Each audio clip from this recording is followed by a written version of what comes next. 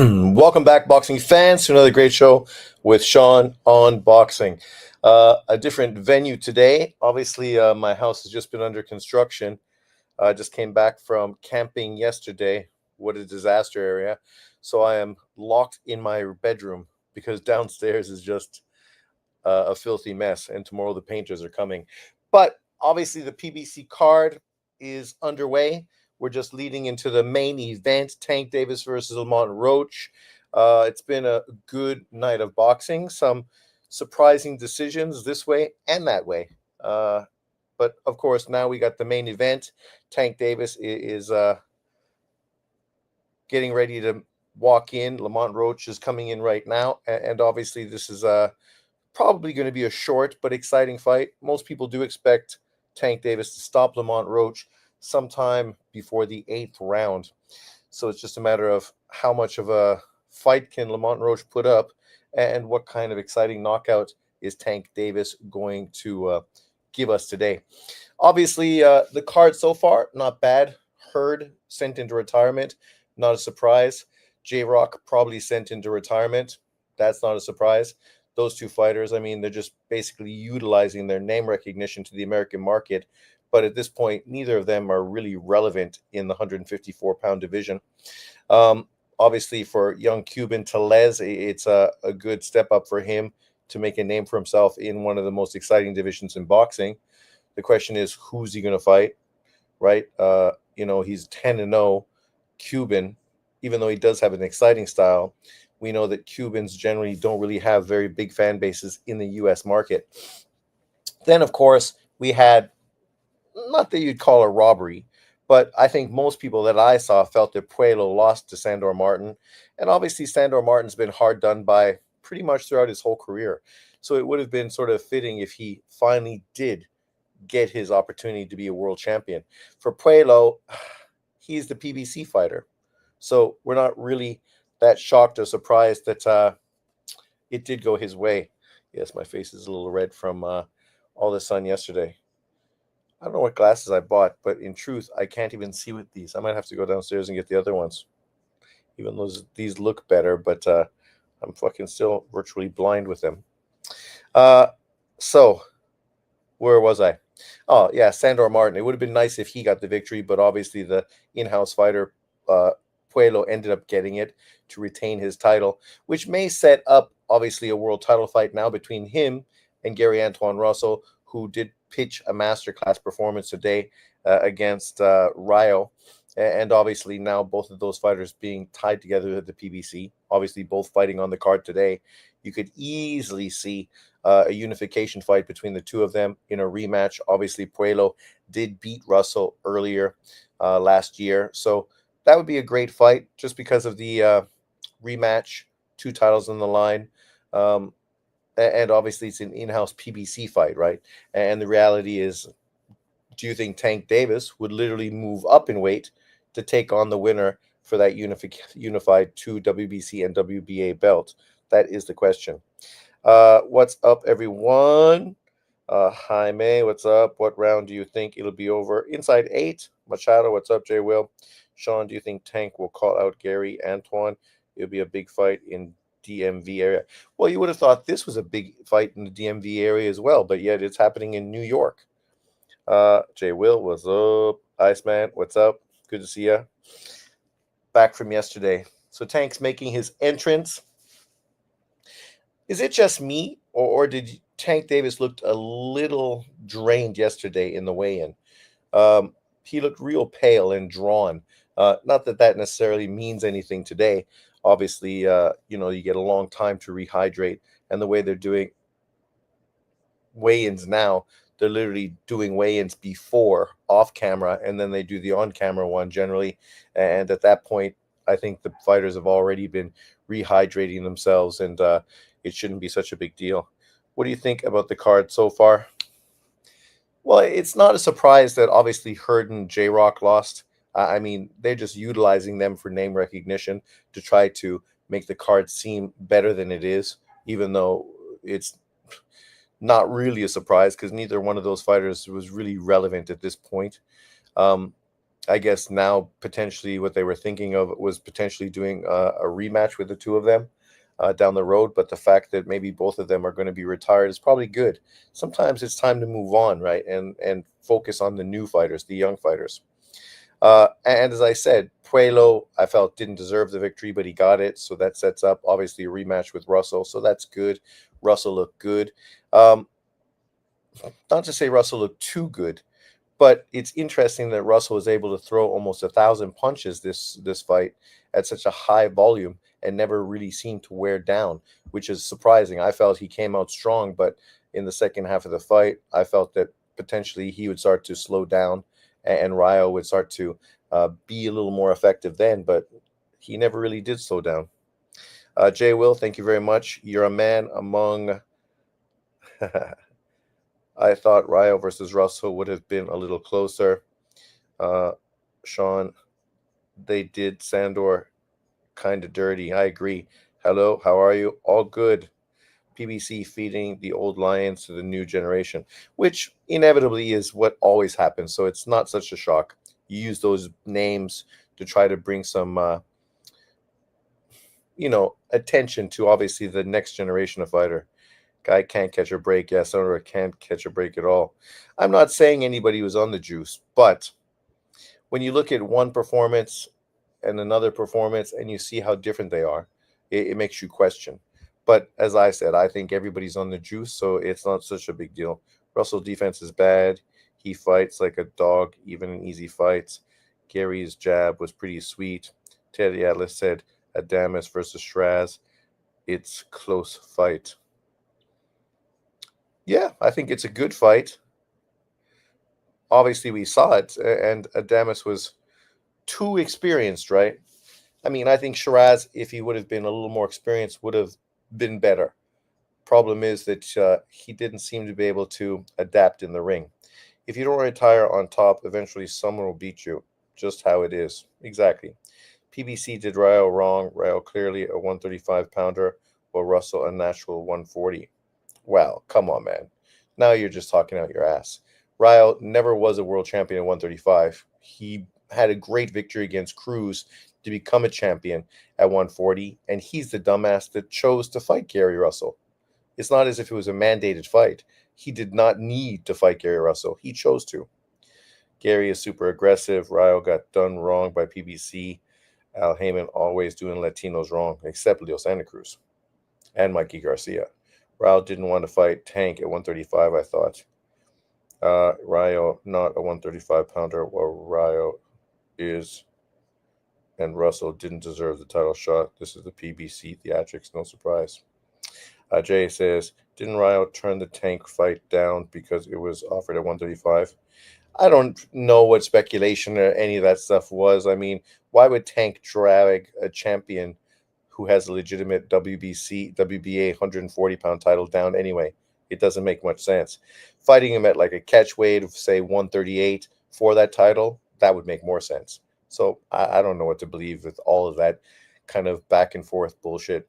Nestor Gibbs from the Boxing Voice said this too. They've all been saying this. PBC always treat black fighters better. Look at Ryle, always tough fights, not his weight. Mexican boxing still great, bro.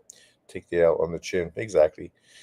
Tank wanted to catch WT versus Ryle because he had dehydration himself. Salute. D Block. Real Mexicans don't cry. That's why I like Turkey. He can expose PBC again when it's all fair. Canelo stops, but come on.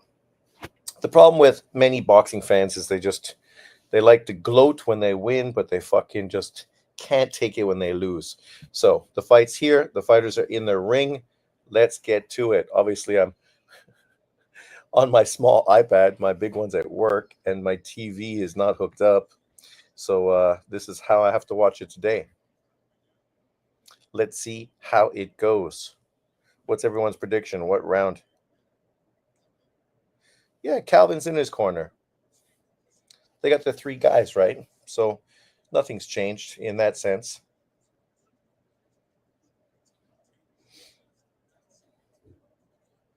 Tank in 7. I'm using my tablet also. 9th. It's a good crowd. It's funny that they make this out that it's historic, but Barclays has been around how long? Since 2012. It's not that old of a venue. Round one, and we're off. I expect that Lamont Roche is probably going to be able to win the first three, maybe 4 rounds, just with his activity and boxing ability. And then obviously Tank Davis will start to time him and start hitting him with some big shots, and then eventually catch him and finish him the same way he's been doing pretty consistently recently. When they talk about Lamont Roach being bigger, he don't look bigger. He might be taller and a little longer, but as far as thick, no. People always love to pick and choose the whole he's bigger scenario.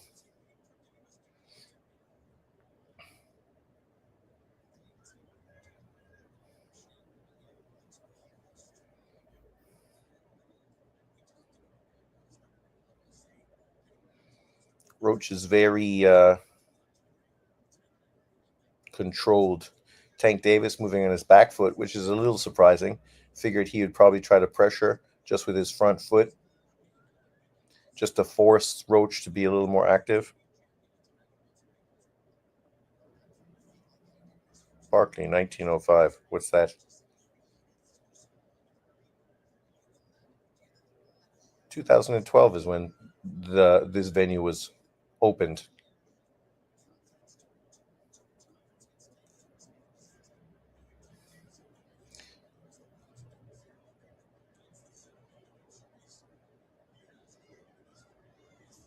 Good jab to the body from Roach. I think that's an important punch just to open up that right hand. Not that he's got much power, but you still want to make Tank pay for mistakes.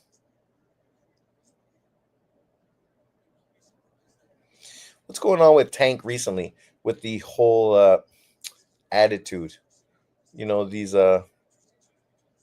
spoiled superstar type of mentality. For the training in front of all the crowds, you didn't even do anything. You just went in, got announced, and then dressed and walked out, basically telling his fans, "Go fuck yourselves. I know you came to watch me, but you're not getting none of that." And then yesterday he got dressed and didn't even give us a proper like weigh in.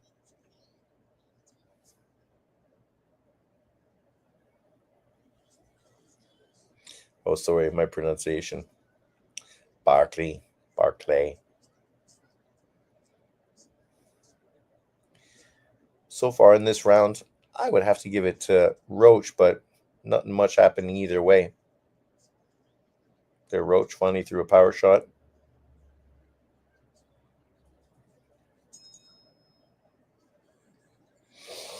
I think Roach could pull his shorts up a little higher. Fuck, they're like right under his nipples. He looks like fucking Tyson Fury in there. So round one, Lamont Roach. But that's no surprise. Tank Davis always starts slow, never a high volume puncher. This is the same thing we said about Deontay Wilder.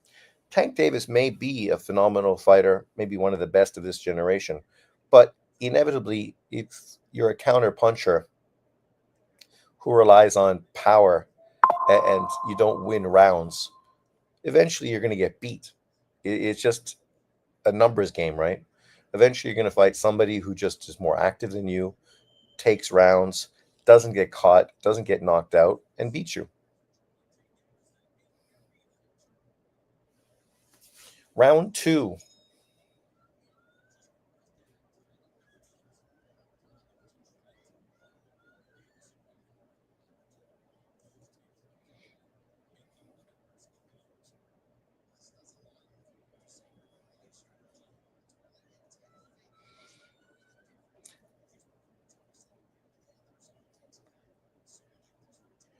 Tank's outfit looks good.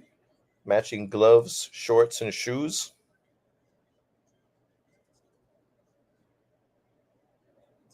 That's what happens when you got lots of money.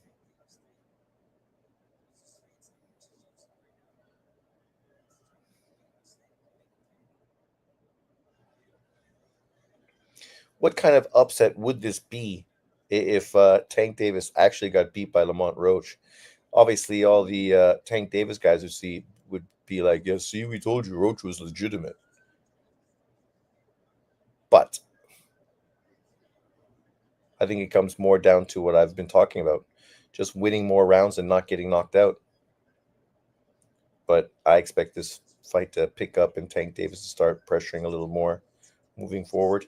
Obviously, he's still moving backwards, being cautious, trying to suck Roach in to a counter shot.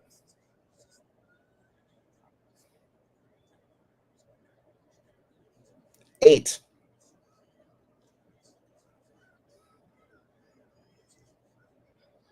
Good straight right or straight left from Tank to the body.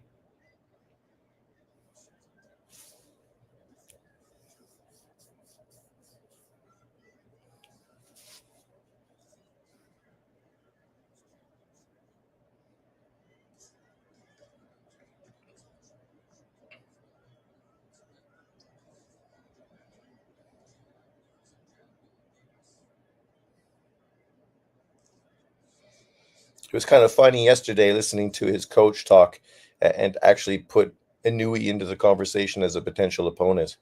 And of course, you never heard mentioned really Shakur, even Keyshawn. They've been sort of pushing this narrative now that those two have to fight, and then the winner deserves an opportunity versus Tank, right? Consistently moving goalposts and making these crazy type of fucking walls just to protect fighters. The reality is, I don't care who Tank fights, but fighting Loma, Keyshawn, or Shakur, he'd finally do something he hasn't done before: unify. Obviously, Lomachenko's the bigger name. Shakur is probably the bigger threat. Well, probably Keyshawn's the bigger threat, but obviously he's young with less experience than the other two.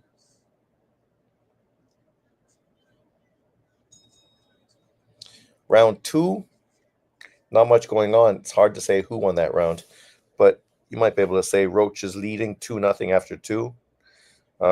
Roach got some speed. Timing beats speed, right? For Roach, this is a pride thing, right? Obviously, he's getting big money to fight Tank Davis, big opportunity. And then even if he loses, he still goes down to 130. He's still a WBA champion, so there's still opportunities for him to make more money. And actually, now his name recognition probably is bigger after fighting Tank Davis, so you could make more money fighting the other guys like Oshaki Foster or whoever at that weight class. But if you win, that's life changing. And in the neighborhood, you got bragging rights, street cred out the wazoo. Round 3. Tank Davis trying to counter the jab.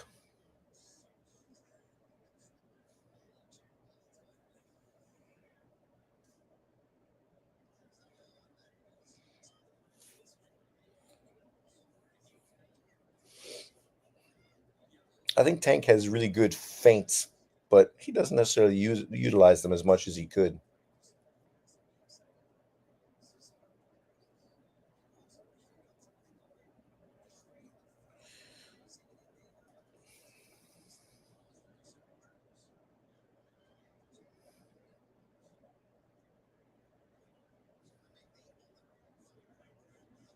There you go. Yeah, he's trying to land that straight left over the jab.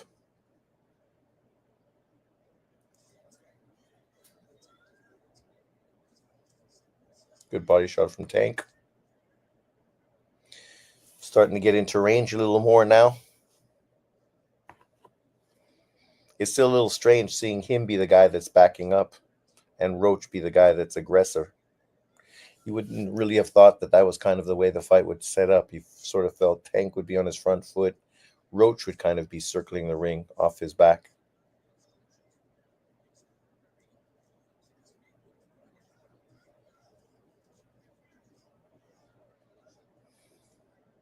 Good straight right from Roach. Fight's heating up a little more now.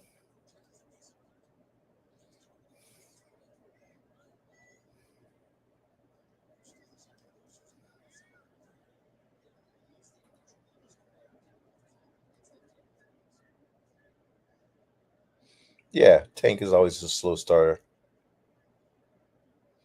Just getting his timing down, figuring you out.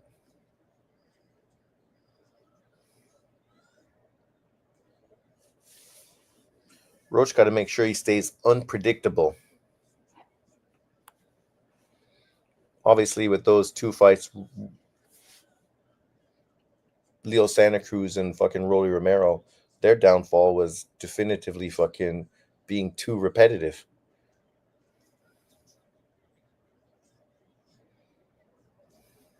Martin, I can't remember. I think Tank Davis was much more aggressive against Martin.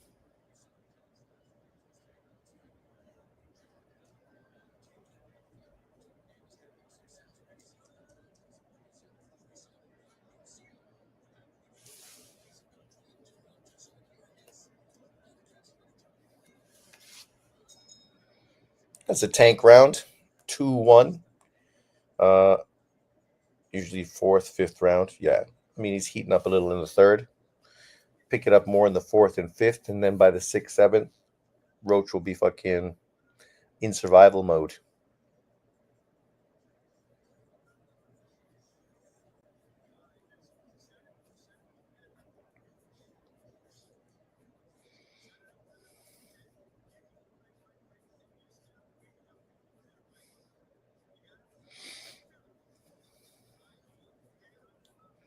It's a dream team.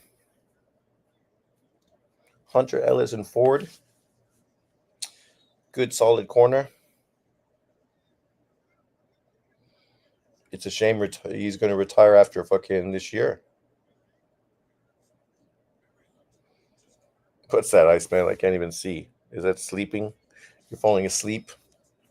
I kind of felt like that during the Sandor Martin Puello fight. Round 4.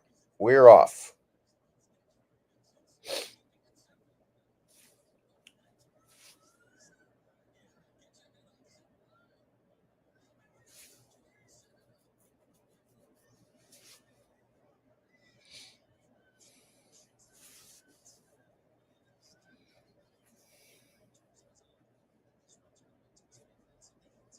Oh, Roach is going to sleep. I get it. I wonder if he is being sponsored by a mattress and pillow company.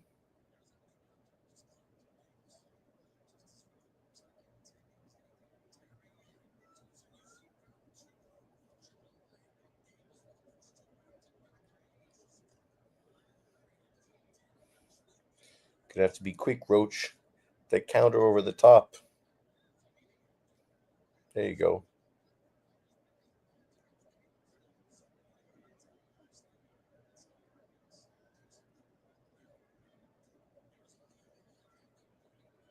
Good work to the body from Tank.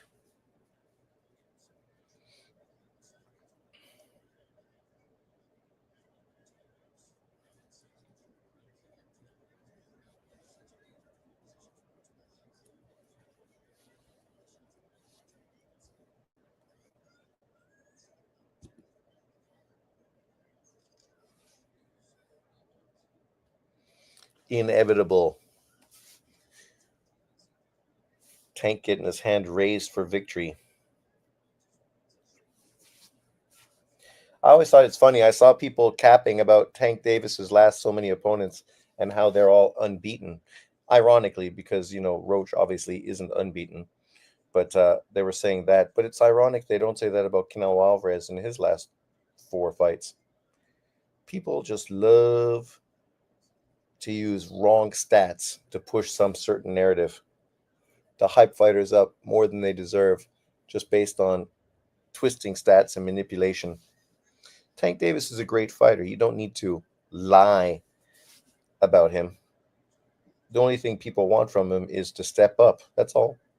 Same thing we want from Inui, Canelo, everybody else. Bam, Junto, Benavidez.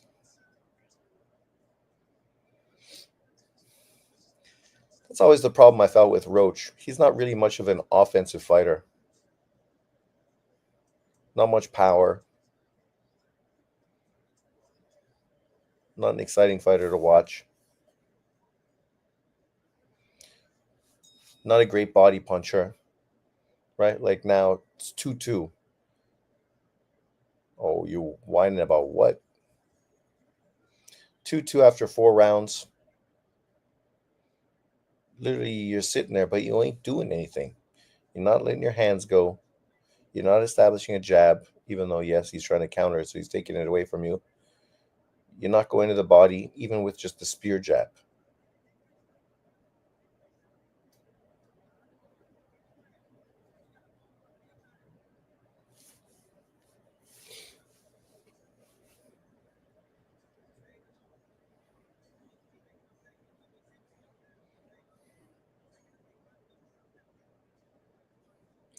You getting paid well, dude. Don't worry. But I don't know about your game plan. It seems flawed to me.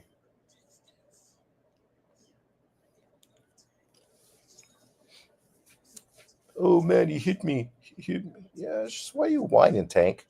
Fucking prima donna motherfucker.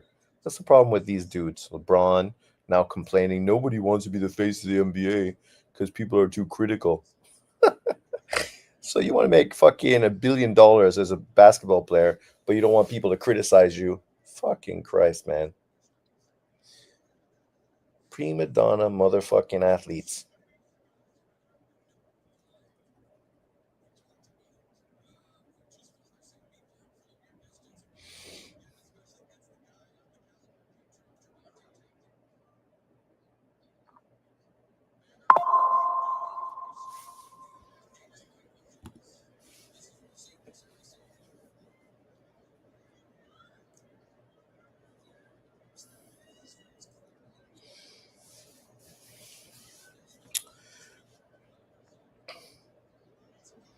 Nice little short right from Roach.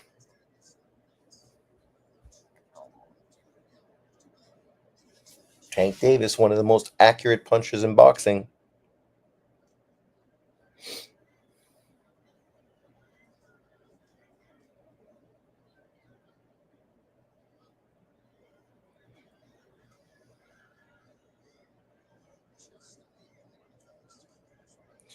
Man, that's a fallacy. He believes he can knock Tank out. The same fucking dude that couldn't knock out the guy that he won the title from and was lucky to even win the title. But you're going to knock out Tank Davis. Good luck. Tyrone Smith says Lamont Roach's head irritates me. It's bigger than his body. It looks extraterrestrial. Well, that's true. He's got that protruding back to his head that's a little ET-esque, right? But not everyone's a fucking, you know, Brad Pitt like you, Tyrone.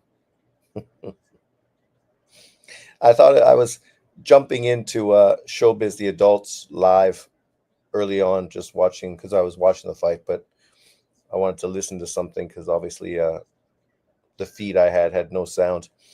And all fucking Showbiz is talking about are dudes' haircuts. I'm like, what the fuck, man? Are we talking boxing? Or you looking for a new profession? That was dirty from Tank, throwing his shoulder. You're going to give Tank a warning? No, you're going to give Lamont Roach a warning. See? Tank threw a fucking shoulder. Starting to get Floyd Mayweather treatment. You can be dirty and no one's going to ever fucking give you a point deduction. You make it dirty, Lamont. Make him angry. That's the whole point. There you go. Make him talk. Make him angry.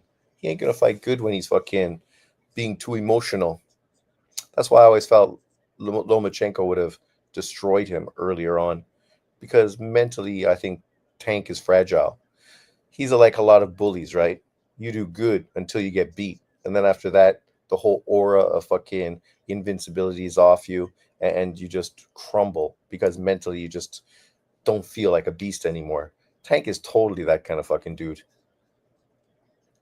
That invincibility, man, is fucking real thin. And once he gets knocked off, he's done. Tank can do what he wants. Ref not going to take no points. That's true. Ref clearly seen it. Ref is fucking standing right there. And then he's talking to the other guy about holding or something. It's like, man, what's more dangerous? Throwing this on the guy's chin or fucking whatever Roach did, which I'd never even noticed. holding, or I don't know what it was, but here we go. Round 5. Why are you whining? It's a good body shot.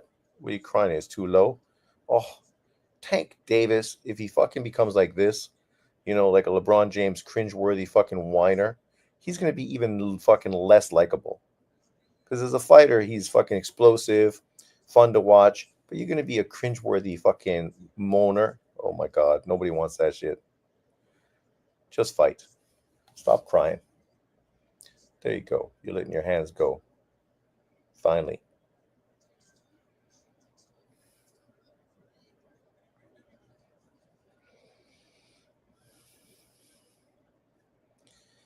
I think right now Lamont Roach is up 3-2, and he should try to be a little dirty and a little rough on Tank, just to get Tank out of his flow.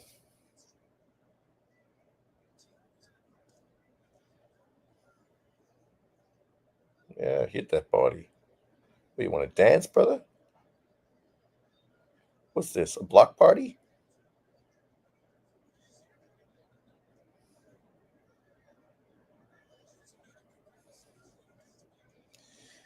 Tank too busy sleeping on those silk sheets now.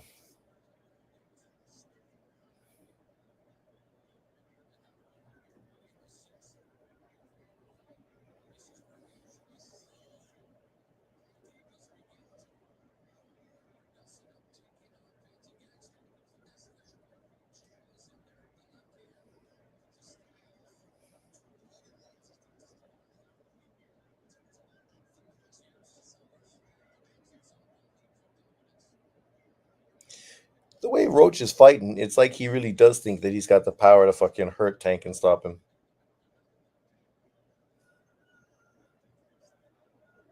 Nice jab from Tank.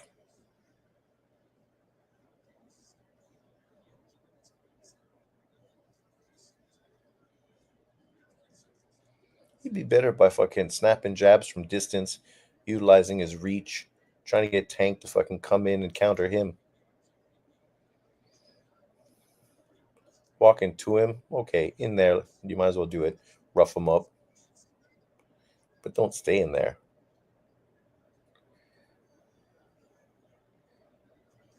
You gotta be careful for that uppercut.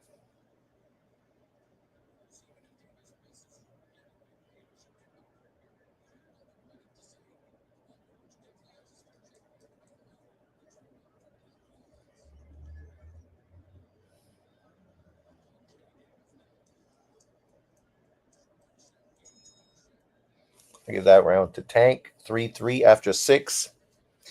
3-3 after 6. If the fight goes 12, it could be interesting on the cards. But somehow I don't think it's going to go another 3 rounds. I'm not sure if Tank is even winning, but it's close. Yeah, I think it's 3-3. I don't think he's winning. He gave up the first 2 rounds.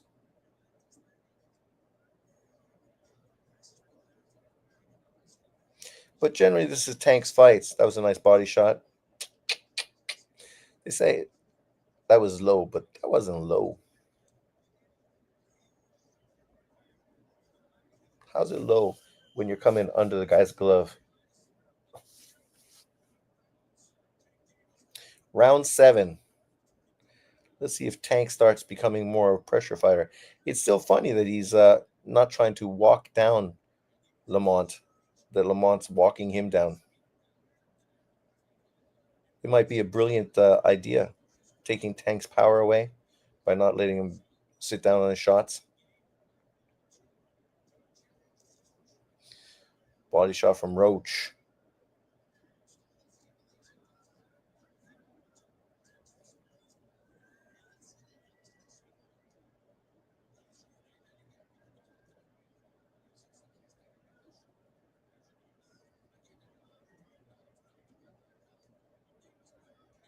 Oh, that's when he's dangerous.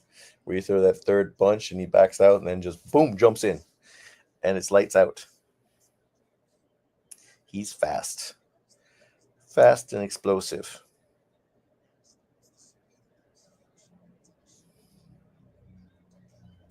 kind of Pacquiao-esque, except obviously he doesn't have the volume that Pacquiao had.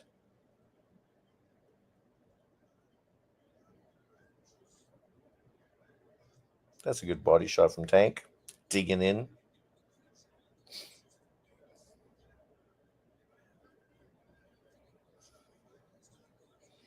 Roach picking up his volume.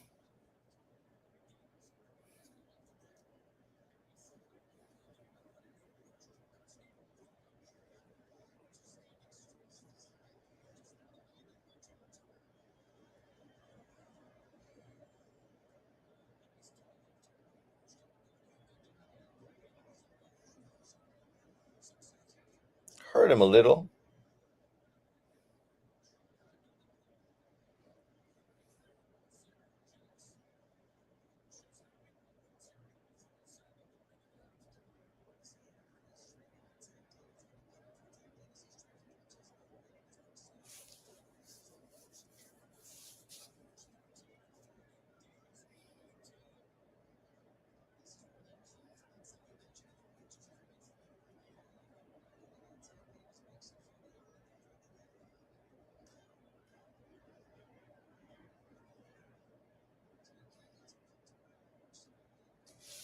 Hmm.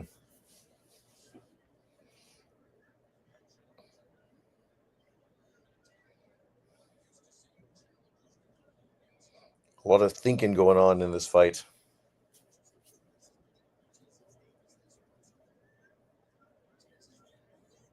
Those are the good shots. Straight right down the pipe.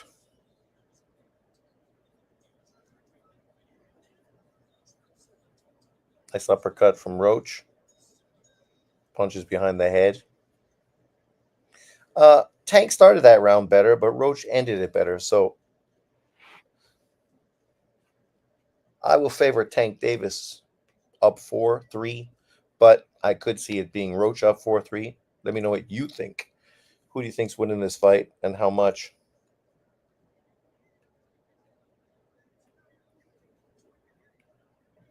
Nice little shot.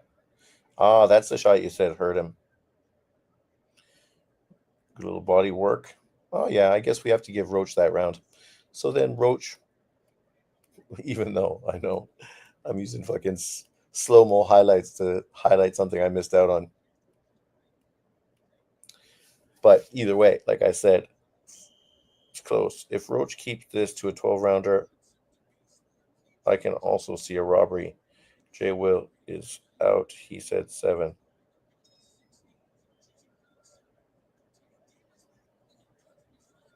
Jay Will 7. Round 8. Let's see if I'm out.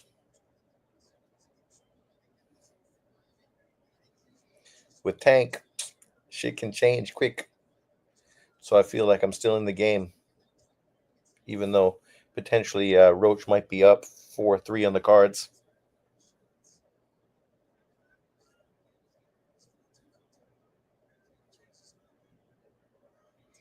Wow. Tank's got nice braids. I love his leg tattoos.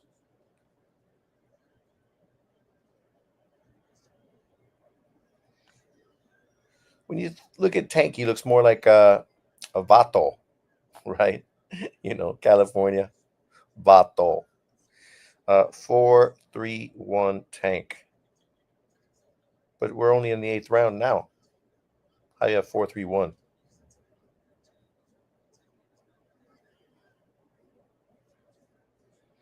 We don't give no fucking 1 rounds, no even rounds. So you're saying it's 4-4.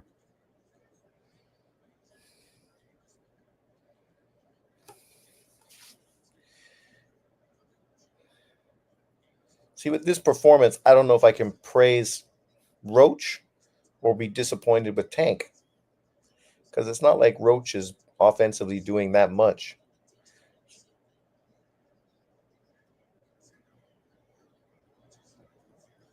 Tank likes it there, sitting there waiting for you to fucking overextend.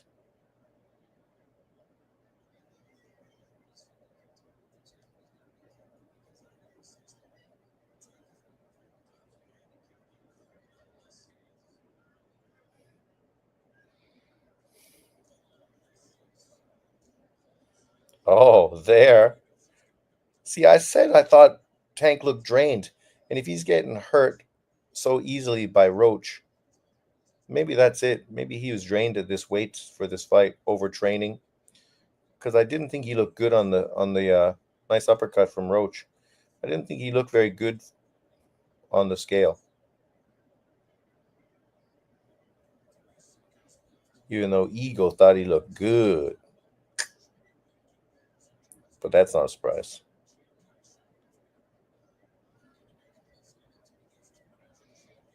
Oh, nice shot from Roach. Yeah, Roach is winning this round.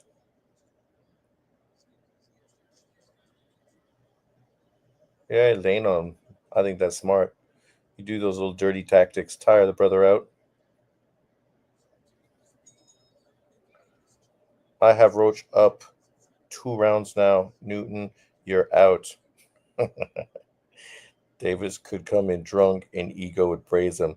That's a fact. That's like fucking the Errol Spence fans. Now Spence coming out telling him the worst thing he did was drink and that he would have done things differently. Well, yeah, that's what we were saying all along. You're a professional sports guy. You fucking gotta fucking be professional. Athletes now train 12 months a year, unless you're a boxer. Yeah, yeah, that shot fucking caught him, eh? Oh, so at this point, you could say it's 5-4 for Roach. Oh, sorry, 4-5, yeah, 5-3 for Roach. Sorry, 5-3 Roach going into the ninth round. This is where Floyd should come in and do the turkey and say, "You down on the cards," and fans won't worry about it. But when Turkey does it, it's like fucking the end of the world. He drank before the Crawford fight. Of course, he says that now, but I call bullshit to that. Why would you drink before a fucking Crawford fight? And if you do, then nobody wants to fucking hear from you. Like people talk about him being a Hall of Famer. It's like Hall of Famer based on what? Did he do more than Golovkin in his career?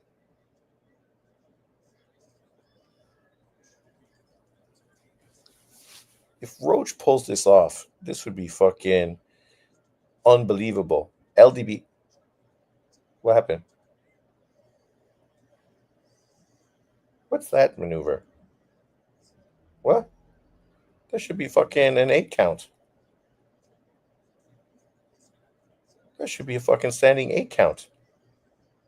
Yeah, it's a standing 8 count. You can't fucking do that. That's fucking bizarre, right? This is the kind of Tank Davis fucking treatment.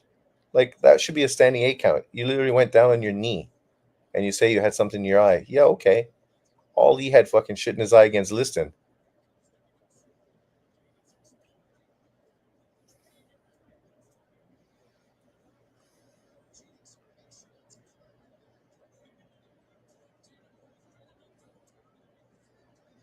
This is kind of like the Garcia fight, where they had the fight in the crowd. Garcia was winning the fight, and then they took a timeout. And when Tank came back, all of a sudden, then he knocked fucking Garcia out.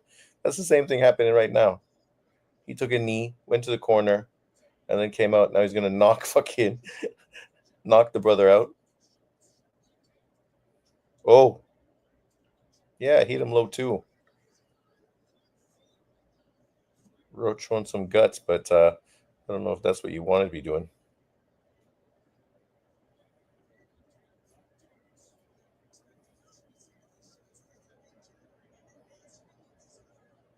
That's the signal.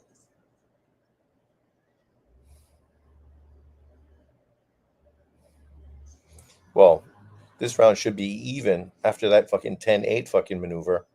Like, what's that?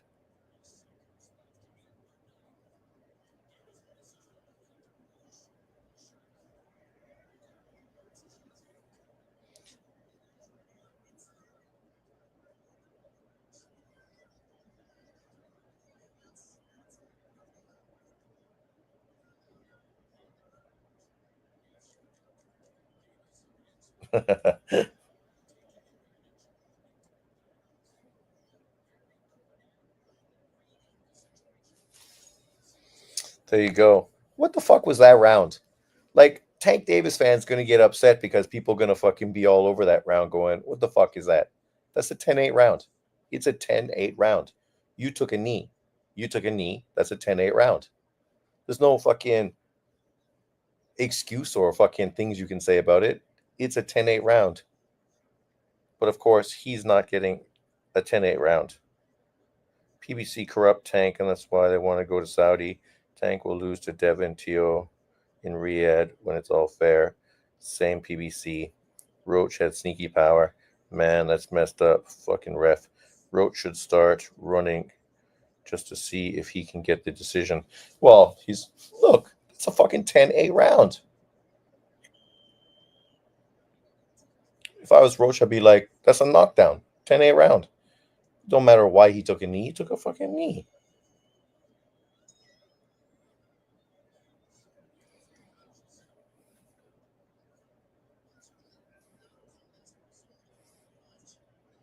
His corner is obviously dropping the ball if they're doing this kind of bullshit.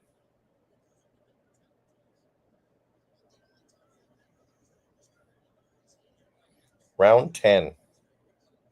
This is exactly what I said, though. If Tank don't knock a guy out and the fight goes 12 rounds, then you could lose, especially when you're not a high volume puncher and you give away rounds. So if he lets Roach go 12 rounds, I'm not going to think he loses the fight, but at that point, anything can happen. Like right now, I think Roach is leading, and he should be leading more with that 10-8 round that obviously just happened. But with Tank, I mean, it only takes one. But you can't rely on that shit. Yeah, Tank took a knee.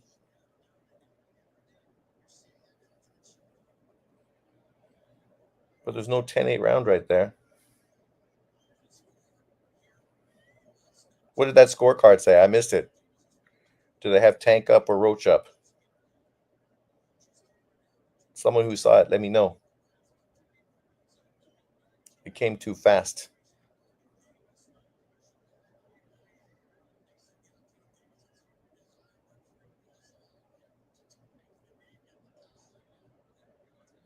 What did the scorecard say?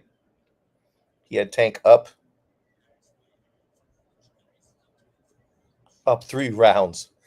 Of course. That's why we say, even if it goes 12 rounds, there's no fucking way Roach going to get the decision.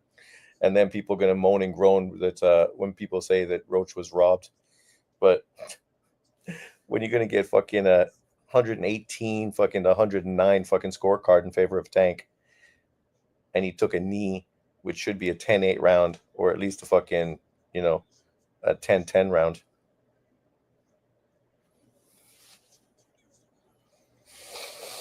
It could be 5-5, but I definitely think Roach is right in it going into fucking.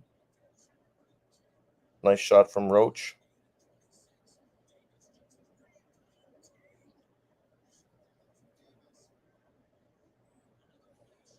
Nice uppercut from Roach. Tank holding.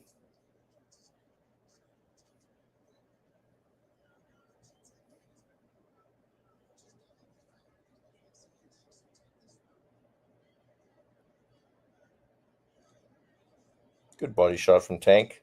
Digging.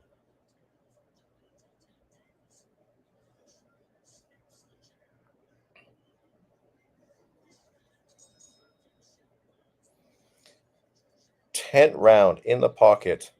Roach is a beast right now in the pocket. Awesome fight. I could see it 6-5 Roach, 5-5 each. But either way, people got to be, that fucking next day shit's going to be about what happened with that taking a knee. He took a knee. There's no justification. There's nothing you can say. He has something in his eye. Yeah. And when in boxing history has taking a knee to fucking get something wiped out of your eye not resulted in a 10-8 round? And he did look like he got wobbled a couple times in this fight. Oh, that was a nice shot from Roach. 11, the championship rounds. We'll see what kind of fucking championship heart these two dudes have now. Like, what's in your braids, man, that fucking you keep having this issue?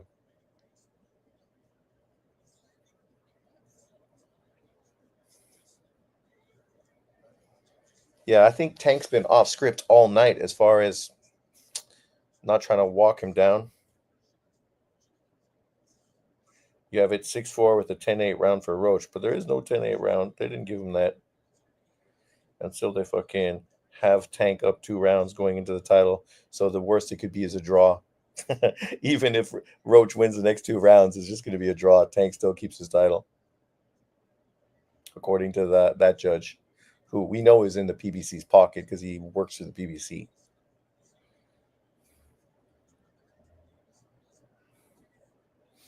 It's ironic. I saw somebody talking about Tank Davis's knockout power percentage. Yet, if Roach goes the distance with him, that's going to be a bad take now. Good shot from Roach going to the body. Keep hitting his body. I think he's weight trained, like I told you. I think his body just not where it should be.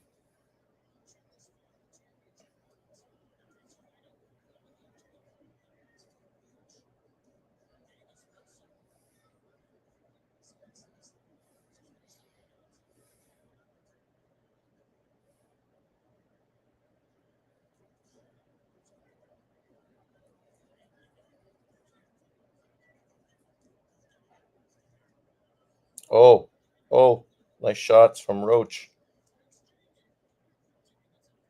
Roach is not doing bad in the second half of this fight. Offensively better than the first half.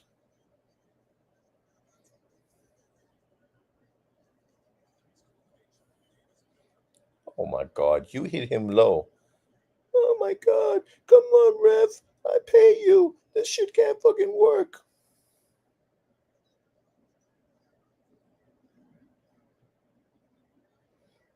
Fucking whinge, man. Whingy motherfucker.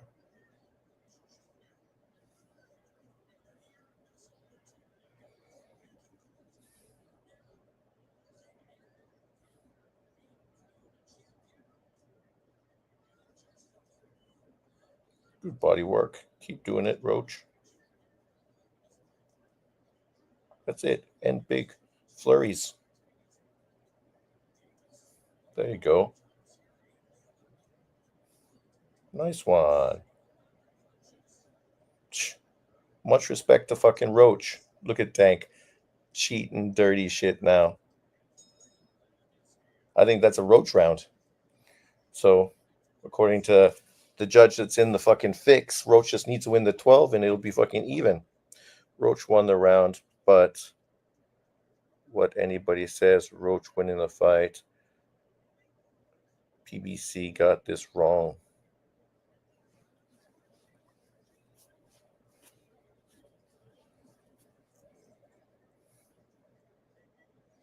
Round 12.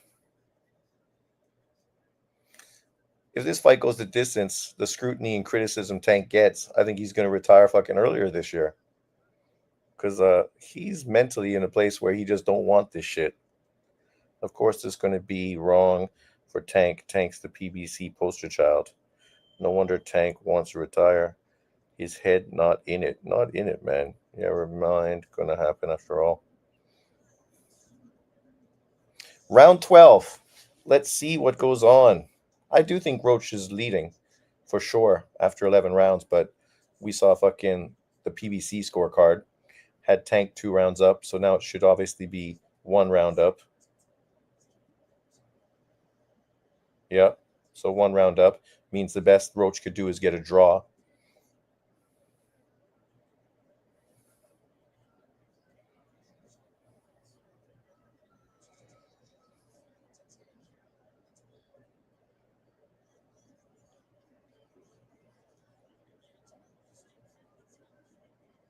Come on. Yeah, you come on.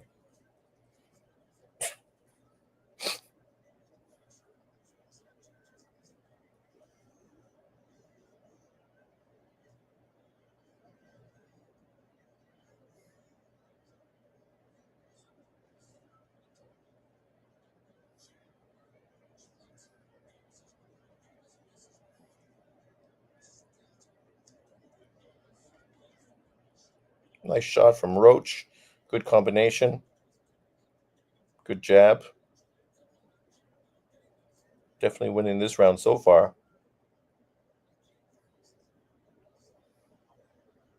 If Roach gets a draw off of this, that'll be more than fair. More than fair.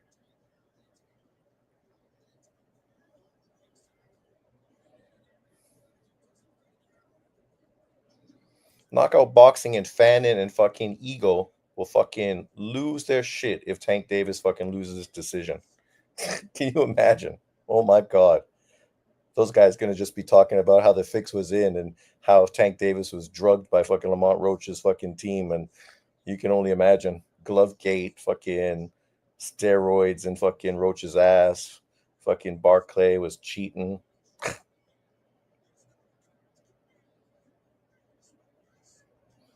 50 seconds, Roach. You got this round. You had the way better work so far. You just got to make sure not to get fucking caught.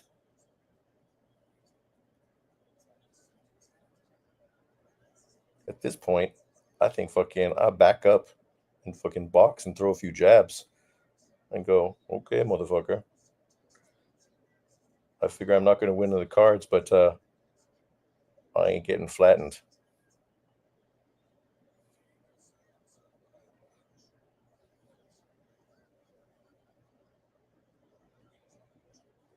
And this guy fucking was calling out fucking Bud Crawford.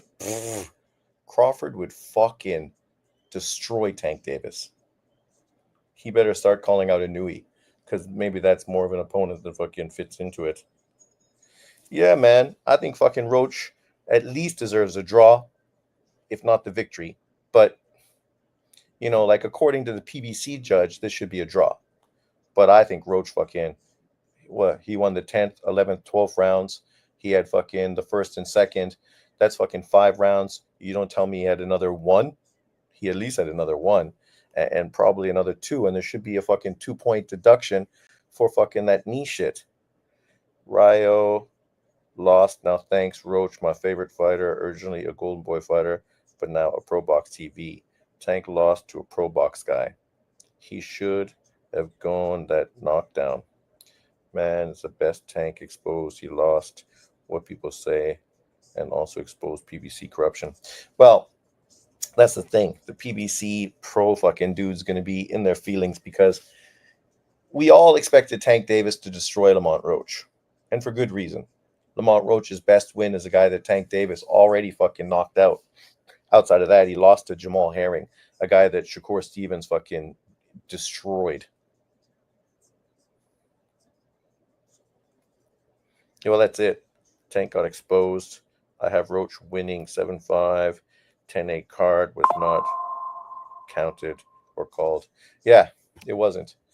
I don't know how fucking the commission could literally have the guy take a knee and not fucking make that a fucking thing. Punches landed. Roach landed more punches. He threw more punches. Powers was almost even. Jabs. Roach led. I mean, however you count it, this was a disappointing performance by Tank Davis. Even if you think Tank won, it's still a disappointing fucking performance. How often do we sit back on tenterhooks awaiting a decision for a Gervonta Tank Davis fight? But here they are showing respect to each other. And Roach, he earned his respect tonight. And for Davis, again, your biggest box office attraction. Struggle is a 130-pound guy. You know, not to say there was a rust or a lack of sharpness, but Lamont Roach. It was not a great performance. But like I said, I thought he looked fucking weight trained on the scale. I know he came in real low. Hazard gave the 12th round to fucking Tank Davis. How you giving the last round to Tank Davis? Like he had it fucking 1 round down with 1 fight to go, 1 round to go. Roach clearly won the 12th round, so it should be a draw on his fucking card. That just shows you the fucking problem with boxing. During the fight, he said, "I know Tank. We fought many times. I know what he brings, and I think that's why he felt so comfortable in there." He did feel comfortable. and came out early, didn't overextend himself. And then the second half of the fight, he was fucking throwing with Tank the whole fight. Should have been a draw. Well, really, I think you could make a case for Roach being the winner. Plenty of anxious moments here. The tension palpable. The man Don't worry, brother. to relieve it. The fix is in. You got it your way. Junior.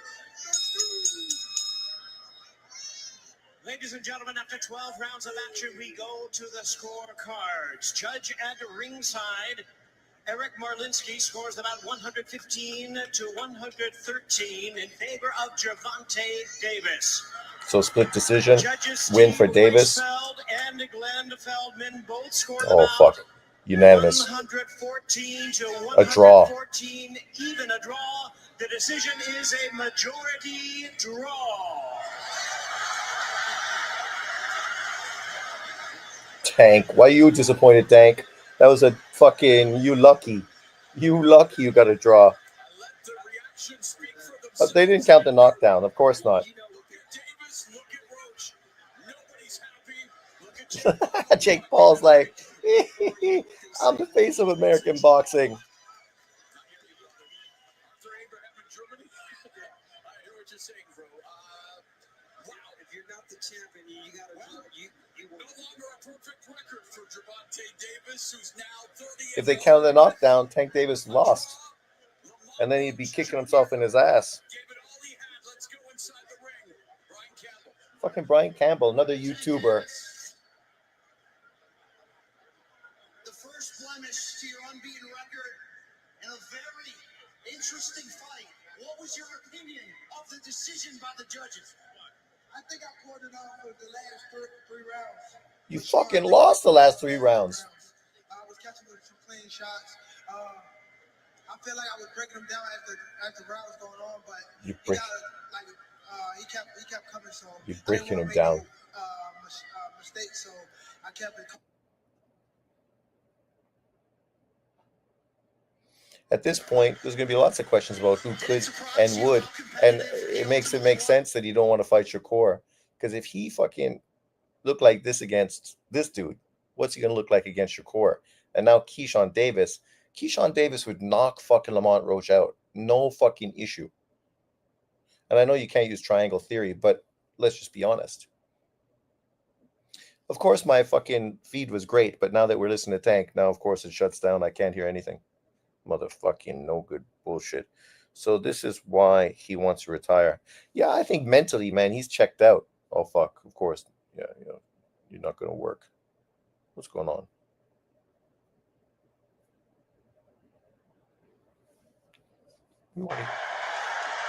It seemed like the two of you were having an ongoing conversation during the fight. Your own podcast. Yeah, I saw that she died. I don't know why. Probably drugs. There's a little bit of shit talking. That's how it is. You know, we're competitive. We grew up in the sport together and shit like that. So it was definitely fun from what I last did for sure. Like I said again, hopefully we can get a rematch. If not, you know what I mean? Rematch. Lamont Roach and his whole team. Tank, you voluntarily took a knee midway through this fight. It was not ruled a knockdown. What happened? I just got my hair done 2 days ago, and she put grease in my shit, so the shit was like, you know, like when you sweat and things like that, and the grease come in my face, it burnt my eyes type shit. Damn, why y'all going like I'm saying bullshit? Like, this is real facts.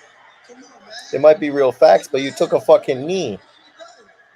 But why you don't do your hair the same time all the time? They love you and then they hate you. Turn around there and love you again, you know what I mean?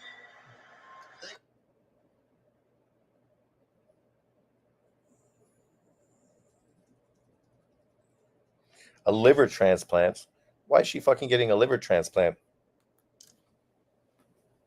That girl's so young. A lot of people died. Boxer, fucking Carson Jones just passed away as well. Rest in peace, young man. Obviously, well known for his fights with Kell Brook. I don't want to hear that boxing are against black boxers. Oh my God. It's a fucking black promoted fucking event in you know, a venue where probably the majority of people there were black, supporting Tank Davis, right? Like they were praising the fact that this card was sold out and did such huge numbers, and it's Tank Davis fans that are there. So you can't now make this into a race thing. People are disappointed because his performance was not good today. Tank took a knee and they didn't take a point. Yeah, not sure she kept her medical issue private. I always thought she was really cute though. Look at you. Bird dogging young ladies. But it is what it is. I guess this picture needs to be changed, and fucking we got to put Lamont Roach's face up there now, because at the end of the day, this was not the kind of performance we expected on this card, right? If you look here, look at Tank Davis. Like I said, that I felt he looked drained, and I wasn't hating, because why am I making excuses for Tank Davis's poor performance? I said this yesterday before his performance.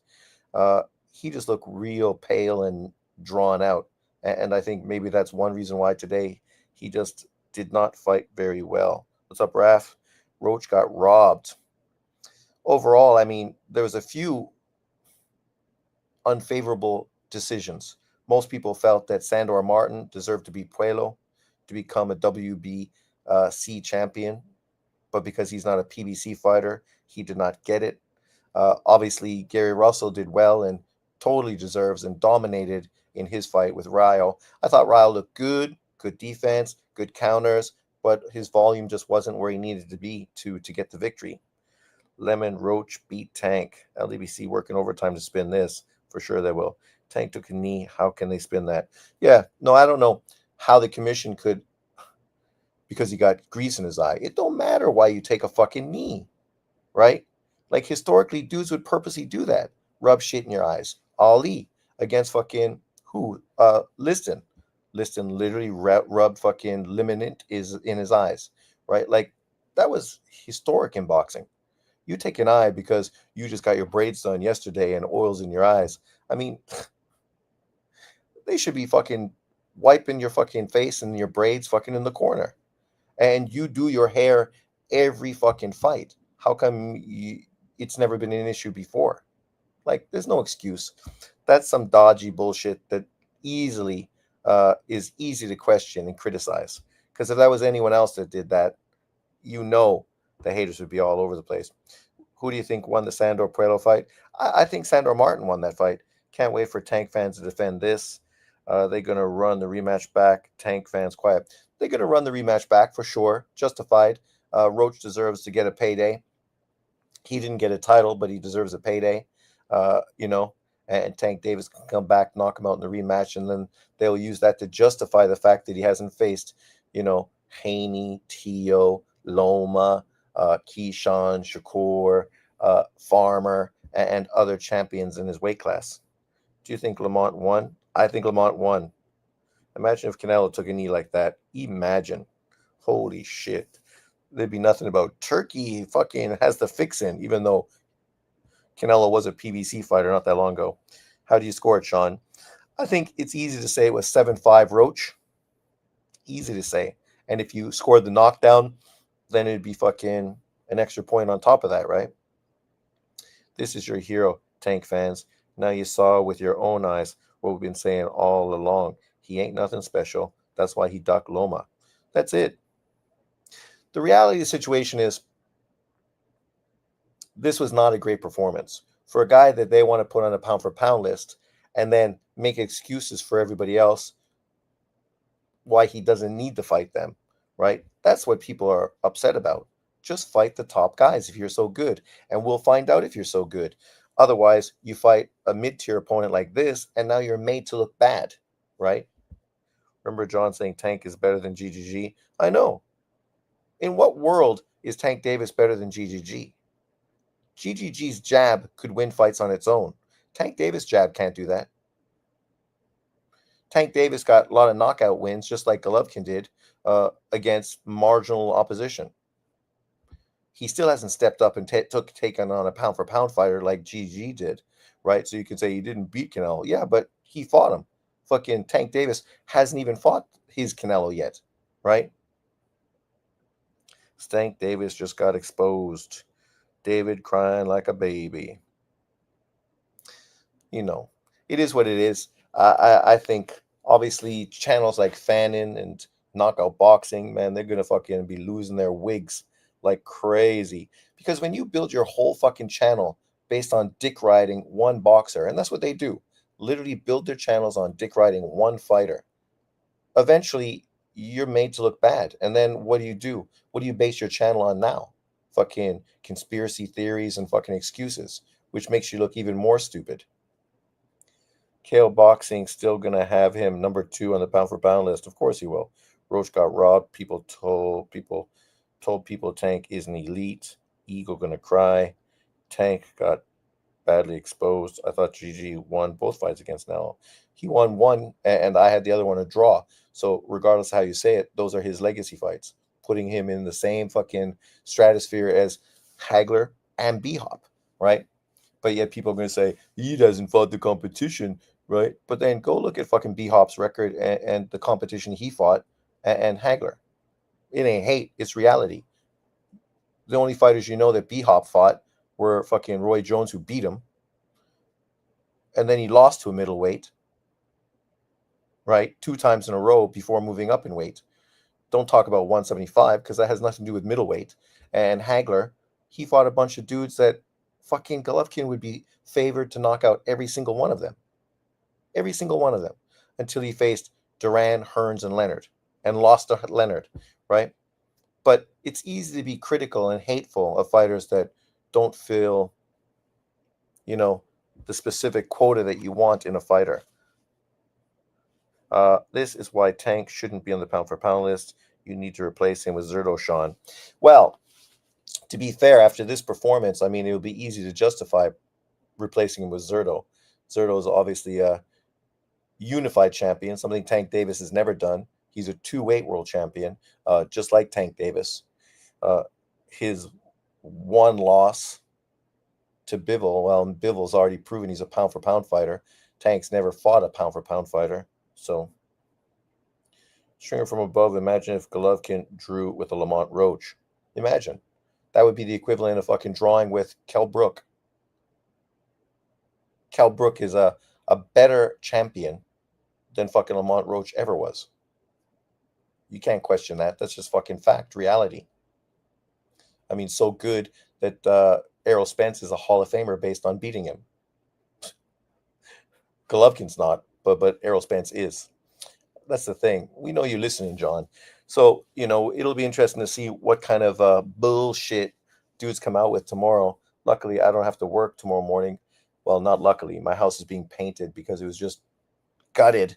That's why I'm in my bedroom. And my downstairs, I need to go back and fucking mop again. I mopped the floor this morning and it's still fucking just dirty and fucking streaked. Man, Sean and Golovkin's nuts again. On his nuts? No. What I'm doing is comparing a fighter who was considered a pound for pound fighter and was a dominant champion, who people criticize and hate on, to champions today who get a clear pass yet haven't done anything more than Golovkin has. That's it. I'm not the one who's always putting Golovkin's fucking name in my videos. That's John Boxing, right? Why? Because he wants to use a white guy to try to downplay to build up a black guy, right? Always doing that. Every video. I'm going to build up this black guy by shitting on a non-black guy. That's why these PBC Tank fanboys, the worst in money, already saying H Money Tank exposed by Roach when he's the biggest Tank fan. Oh, really? Did he jump ship that quick? Dudes like that, if they want to keep their channel fucking viable, they got to have the next bandwagon to jump on. That's just the problem when you're not a real boxing fan, kind of like IBFP Diddy. Now they're going to build Roach or what? They're confused. They don't know what to say right now. Well, they're going to say, we told you Roach was legitimate. We told you he was great. We told you this was a great opponent. The toughest opponent Tank Davis has been in with. But yet, this is the same guy that got beat by Jamal Herring. The same guy that Shakur Stevens fucking utterly destroyed and embarrassed. So now when you use that triangle theory, there's no excuse for Tank Davis not to fight fucking Shakur.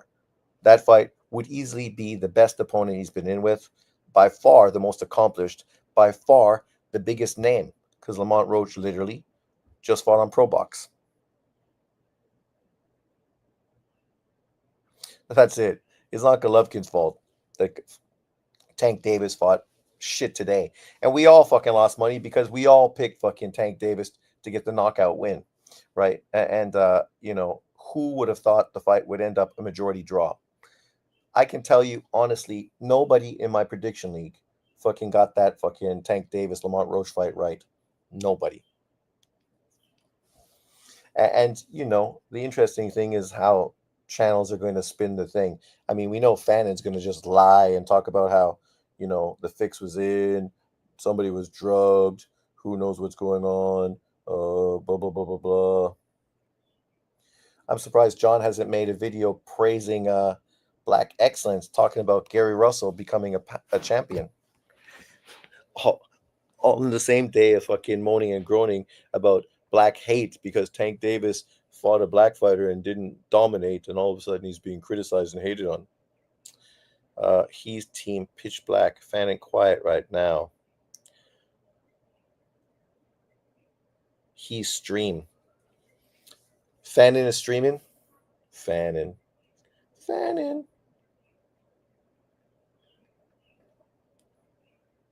The LDBC is happy because they're the ones that are pro Haney, anti Tank Davis. So for them right now, nothing could be better than to All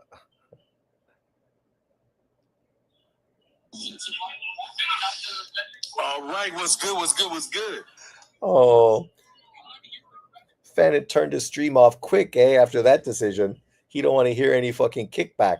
So on for 3 hours, and then once fucking Tank loses, he's like, I'm out. Roach got robbed.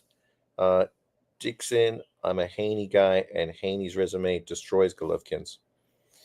Haney's resume destroys Golovkin. Well, there's very big similarities between Haney getting a gift decision against Loma. Golovkin didn't get the gift decision against Canelo. He got robbed. So outside of that, who did Devin Haney beat that makes his resume much better than Golovkin? Regis Prograis? Because, come on, let's be honest. George Kambosos? That's the only other two significant wins he's got outside of Loma, which was a robbery. Will there be more crime by the LDBC if Tank loses or when Spence lost? LDBC won't be crying that Tank lost. They'll be cheering. You can go to BFTB right now live, and I'm sure he's fucking, giving it to Tank fans and fucking mocking knockout boxing, because those guys are going back and forth. They're all Devin Haney, just like IBFP Diddy is. Devin Haney fanboys. And then you got Tank Davis fanboys, and they just go back and forth making content, counteracting each other, right? And making money off YouTube by being on the opposite side of the streets. The same way you had some that were pro Spence and pro Bud Crawford. Now that Tank Davis lost, LDBC is going to be fucking living large, right?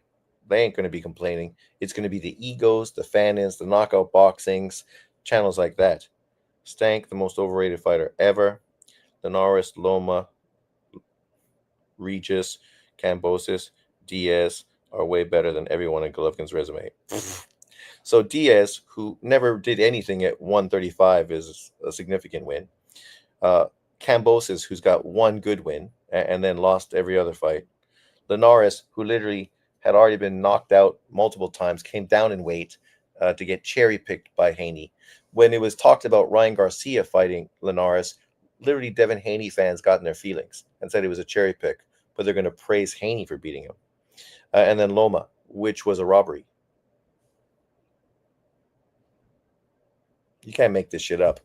Like, at this point, Devin Haney's much younger than Golovkin. So you don't need to compare his resume right now. He's still got a whole career ahead of him to do more than Golovkin and build a better resume. But based on what he's done now, come on, man. Please. You just expose your fucking fanboyism and stupidity.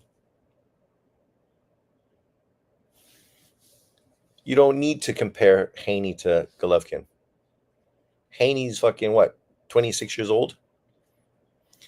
The biggest thing you need to worry about with Devin Haney is that he doesn't get knocked the fuck out in his next fight against Ramirez, right? Because the reality is that dude may never bounce back after that Ryan Garcia fucking ass beating he took, right?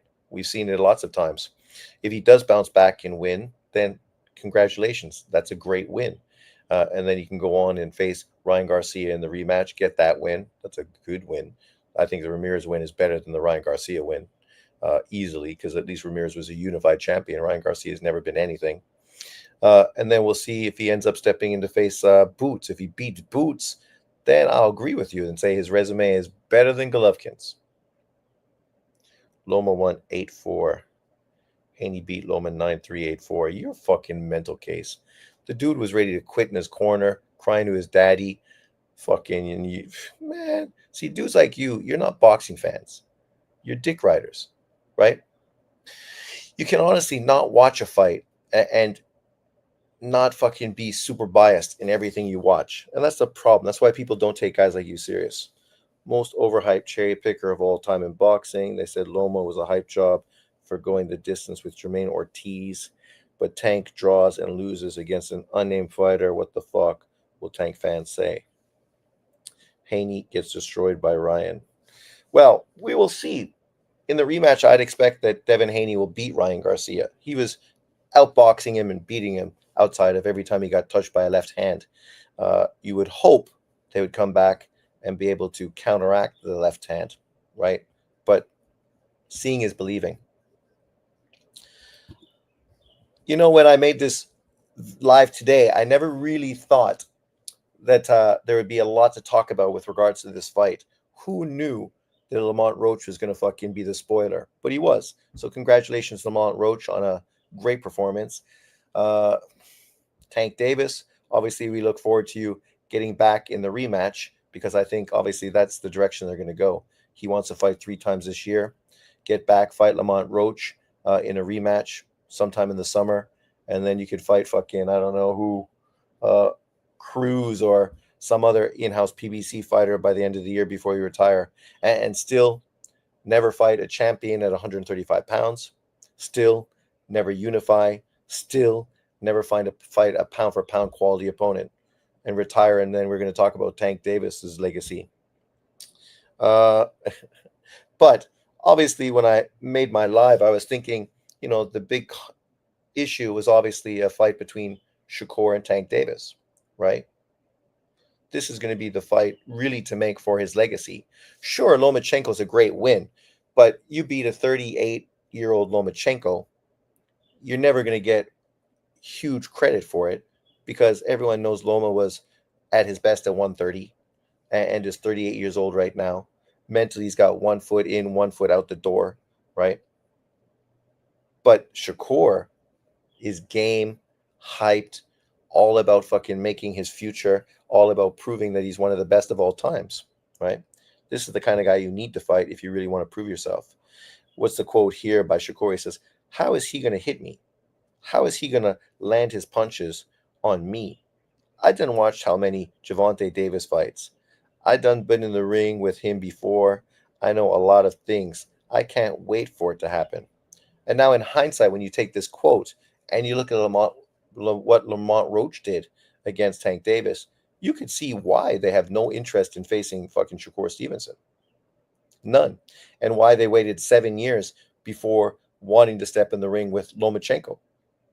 And why they never called out Devin Haney when he was the undisputed champion. And why, when they jumped up in weight, they didn't want to fight a Teofimo Lopez, right? Why they been fighting WBA regular titles against marginal opposition, fighters who haven't proven themselves in a division, fighters that, aren't world champions. And then you wonder why people are critical. Well, that's why people are critical, because the expectations people have for everybody else are far different than the expectations they have on Tank Davis. Like, you look at Devin Haney, obviously IBFP Diddy is a Devin Haney fan. his resume that we talked about already is far better than Tank Davis. Sure, he doesn't have so many champions that he's pulled up in weight drawn on his resume to say that I fought 10 world champions or whatever he's fought. But Devin Haney is legitimately a two-weight world champion. He beat two legitimate fighters to win those titles, Regis Prograis and Lomachenko. At 135 pounds, what legitimate fighter did Tank Davis beat to become the WBA champion? At 130 pounds, he beat Petraza. So that's one. Devin Haney got two, right? And if he beats Ramirez, that's a legitimate fighter as well. That's three. Not pulling him up in weight, going up. Well, they'll say that, Ramirez is a 140-pound fighter, not a 47, but Ramirez fucking been talking about going to 147 for a long time. He just didn't go up because he didn't want to deal with fucking Spence and Bud Crawford. But let's jump to some non-Tank Davis stuff. At least that back as quiet as a church mouse. See, that's why fucking Tank Davis had no fucking legs today. Fucking Ellie sucked him off before the fight, and the dude fucking had no energy. That's why. And Ellie can't talk because his mouth is full. Tank gonna stay far away from Shakur and Keyshawn. Man, he ain't never gonna come close to that guy now. All they got left is David Benavidez. That's it. The PBC literally right now has fucking David Benavidez. And if he, which we'll be talking about in a minute, actually thinks about fighting Bivol, they'll have nobody. But let's talk about this card because this card is great. Another Turkey card. They're talking about doing this in where? Fucking. How come I never can remember the name? Where they do New Year's Eve every year. But it's a great thing. Obviously, it'll get tons of attention, not even from boxing fans, but just from the media and general fans in general. But you got Garcia versus Rolly Romero. I saw people going, oh, now fighting Tank Davis leftovers means something. Well, both of these guys are Tank leftovers. So them fighting each other, what's the issue? It's no different than when Rolly fought Cruz. Nobody moaned and groaned about that fight, right? They were all cool with it. And in this case, Rolly versus Garcia, it's a great bounce back fight for Ryan Garcia. Everyone knows Rolly is a fucking shit talker like crazy. Better than Ryan Garcia, who's cringe. This fight's going to get tons of attention. And everybody wants to see fucking Rolly get knocked the fuck out. So that makes this fight even more intriguing. Then you got Haney versus Ramirez, a real fucking opponent. I know Ramirez just lost to Barboza, but Barboza is a tough fight for Devin Haney. He ain't no cherry pick. That's the guy who just beat Jack Catterall, right? And I don't think Devin Haney necessarily beats Jack Catterall. And if he does, it wouldn't be fucking easy work. It'd be a similar type of situation as Barboza. Don't fucking sleep on Barboza. There's a reason Tio has ducked him for years. And now you fight Ramirez. For Ramirez, who got a good left hand, this might be the perfect opponent, right? Tailor-made opponent in a sense, right? He's long, got a great left hand. Obviously, he's slow, and you think Devin Haney should be able to outbox him, but Devin's shown that he's fragile. And now he's coming off of this fight against Ryan Garcia. Mentally, we don't know where he's at. You take on a guy like him, a legitimate puncher, that could be some dangerous work. Obviously, I think potentially Ramirez is a far more dangerous opponent than Rolly Romero. Then, of course, you got Tio finally stepping up to face Barboza. Dangerous. I sort of favor Barboza to beat fucking Lopez. But if Lopez can get Barboza, he deserves tons of praise because this is a great fight card. And obviously, Turkey is doing things that are really cutting edge, right? Putting this shit together, especially to build up a rematch between Tank and Ryan Garcia, between Haney and Garcia. Man, that shit's fire. Tank ain't fighting no top guys. No, he ain't. Not after today. But like you think about this fight card, this is dynamite. Excellent fight card. I mean, obviously, I favor Ryan to beat Rolly, but Rolly, dangerous. With Ryan's chin up in the air, Rolly could totally knock his ass out. Ramirez against Haney, dangerous. Barboza against Lopez, probably the most dangerous out of the three opponents, right? Lopez ain't getting it easy in this fight. No fucking chance. And then you have the winners get through if they do get through the way, obviously, everybody's hoping. Then what do? Then you throw fucking Ryan and Devin Haney in a huge fight, which will be huge. It'll do far bigger numbers the second time around than it did the first time. And now Tio's in position to potentially do what? Actually fight one of the champions at welterweight, whether that's Howard, who is with Top Rank, or whether it's Boots, who they literally had real negotiations with, right? And if he beats Barboza, that fight at that point would be huge. You put that on the undercard of Devin Haney, Ryan Garcia, for the winners then to meet up afterwards. That shit's fucking unbelievable. How, as a boxing fan, you wouldn't love to see that? You throw Tio in with fucking Boots, and then fucking Ryan to rematch Haney. The winners match up afterwards for unified titles at 147. Man, 147 becomes relevant again, and in a big way, because it'll be way more interesting than 154, and it'll get a lot more attention than any other division in boxing, right? That shit will be unbelievable. And with Tank's performances and not wanting to fight anyone at 135, people not going to be fucking too interested in what's going on there, because there's nothing fucking going on there. Sean, to help you get more subscribers, you should narrate the fight instead of just watching it. It would help you out a lot more. Jason, when you say narrate, what, you just want me to call the fight like I'm a color commentator? I do that to an extent, but the point of doing that is it's also pretty boring.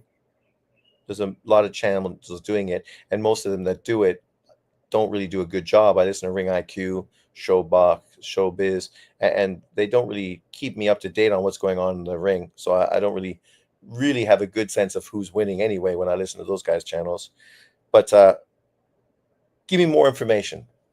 But, the reality is, do people really want to see me just tell you about a fight that you could actually watch for yourself and listen to professionals do it for you?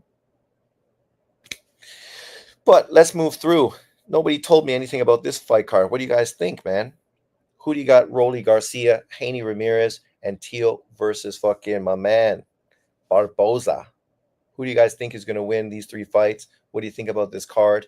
And what do you think about what I just said about the welterweight division? Obviously, really being reinvented, right? Obviously, losing Spence and Crawford was disappointing for the division, but you put all these guys right in there, it becomes way more interesting, far more interesting. But let's move through. More news just broke regarding Inui's next fight in America. Obviously, Inui haters are all about MJ, but what I said stands true. Top Rank knows that if you're going to do a fight in Vegas with Inui, you better have a Mexican American opponent. Something to pull out the Mexican boxing fans and make them more interested in the fight. Obviously, Picasso, who is a mandatory, was right in line for this fight, but apparently he priced himself out.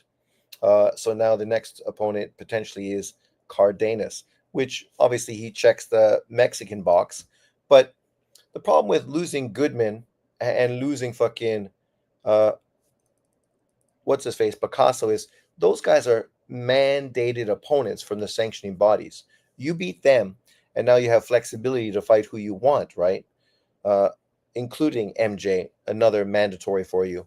You get rid of all three of your mandatories, and then you're free to potentially pick and choose, move up for one fight, have a guy move up and challenge you, whatever the situation may be. But as they say here, Picasso has rejected Top Rank's latest and final offer to fight undisputed super bantamweight world champion Naoya Inoue, even though he would probably be the crowd favorite. Mexican in Vegas, right?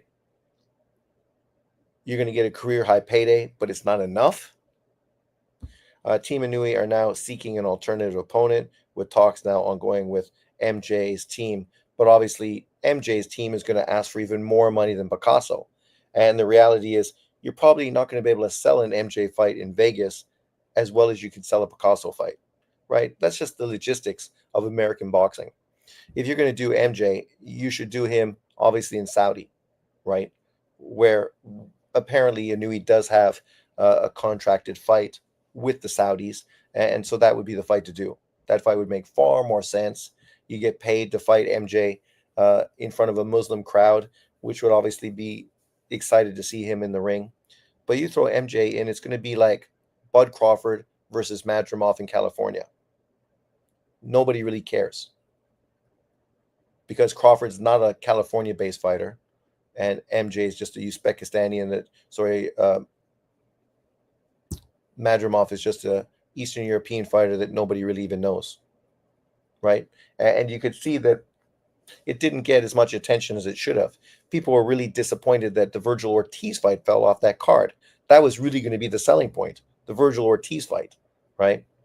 So when people say, "Oh, you're making excuses, blah blah blah, ducking this," and no, I'm just being honest and breaking shit down honestly. If you don't understand that, then I don't know what to say to you. Uh, how do you have it, Sean?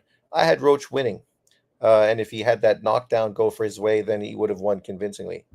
116, 114 at that point, easily, probably 117. How do you keep Tank on the pound for pound? At this point, it's hard to keep him on the pound for pound, but to be fair, having him drop from his position lower on the pound for pound doesn't necessarily mean he falls off the list. And having a less than stellar performance, I mean, that shit happens. Canelo lost to Bivol.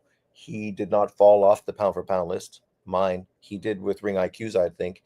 Bivol lost to Better BF. You would think he fell off of Ring IQ's pound for pound list as well, because no title, then not on the list. But for me, both those fighters were still on the list. Tank exposed finally. He lost one of the worst robberies. Well, I wouldn't say it's one of the worst robberies, but it definitely brings up conversation. So now we have this potential fight. WBC orders Dimitri Bivol versus David Benavidez. Do you think this fight is more likely to happen or less likely to happen based on Tank Davis's performance today? I would say the chances of Bivol rematching Better BF just went up dramatically. Dramatically. I think the chances of that rematch, the third fight, the trilogy happening, have just shot through the roof. Because I don't think the PBC is going to be that fucking inclined to put their last really named fighter in a Saudi card against Dimitri Bivol. Not at this point. Even though it's a great fight, and when I see that it was ordered, I was excited. I mean, obviously, I want to see the trilogy fight, the rematch with Better BF and Bivol. Better BF obviously deserves the opportunity to fight the rematch as well. But I don't mind a fight in between, right? I don't mind, Better BF taking time off, getting old, right? Recovering, making sure he's primed, and Bivol taking on Benavidez. That would be a great fight. American boxing fans would love it. It's pertinent right now. All these people talking about how Canelo basically ducked Benavidez. So here's his opportunity, right, to really prove why Canelo ducked him. You go in there and beat Bivol, the guy that masterclass Canelo, and you're going to be able to walk away from that, the undisputed 175-pound champion, and easily able to justify the fact that Canelo just saw that you were too dangerous, right? And you could obviously understand why the fight with Canelo and Benavidez would now be back on the table full force, because now there's literally something for Canelo Alvarez to win. I like Benavidez, though. Tank, not so much. Yeah, it's not about like or dislike. It's about promotional team, and if they would be interested in risking David Benavidez against Bivol at this point, even though it is for all the marbles, right? But stylistically, they may feel that he is too dangerous. We saw what Bivol did to Zerto, and that wasn't pretty. He fucking embarrassed Zerto, right? Sent his ass right up to cruiserweight because he knew there was nothing he could do at fucking light heavyweight. That just may be the exact same thing that happens to David Benavidez. Don't be surprised. So here we go. Let me know from your opinion, who would you prefer to see Bivol in with next? I mean, for Bivol, this is kind of the perfect fucking storm, right? You were mocked by your wife, ridiculed, obviously had your fucking get beat in a very close competitive fight by a Better BF, and now you have 3 huge potential opponents for you. The trilogy fight with Better BF, you're getting paid at least $10 million for that fight. So, I think that's what both of them got paid the last fight, 10 million. So you're going to easily get that, maybe more in the trilogy fight. Benavidez obviously would be a huge fight. Turkey talked about making this fight, so you'd probably get paid the exact same amount of money to fight him as you would to fight Better BF, but stylistically he's a little different, right? Maybe not as he's younger and fresher, longer, but I don't know if he's as good as Better BF. And then of course you got Canelo, the rematch, right? And now this rematch, you're going to make way more money to take on Canelo, a guy you got to feel super confident about fighting based on the last time you fought him. And now for Canelo, there's really something on the table. You could fight Bivol to try to become a two-weight undisputed champion like Bud Crawford and Inouye and Usyk. And legacy-wise, that's huge. That's the kind of thing that gets a fighter motivated, right? So who would you guys prefer to see Bivol fight next? A rematch with Better BF, a rematch with Canelo, or Benavidez? Quickly, leave it in the comment section below. Let me know what you guys think. Don't be strangers. Start typing. Or like me.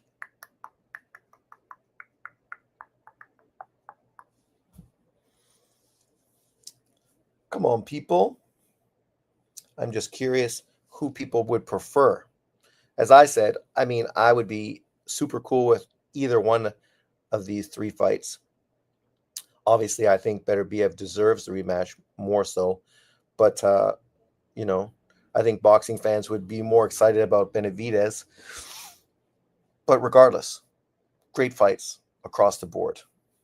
But since you guys are slow to type, I'll move to the next topic of discussion. The whole point of these are topics of discussion. If you don't discuss, there's not much discussion. This is like talking to my fucking kindergarten class. These fights just announced. Obviously, Delgado versus Elvis Rodriguez. Good fight. Delgado, finally, he's stepping up and becoming relevant. Elvis Rodriguez, obviously, his time has gone, and come back. I think it's a tough opponent for Delgado.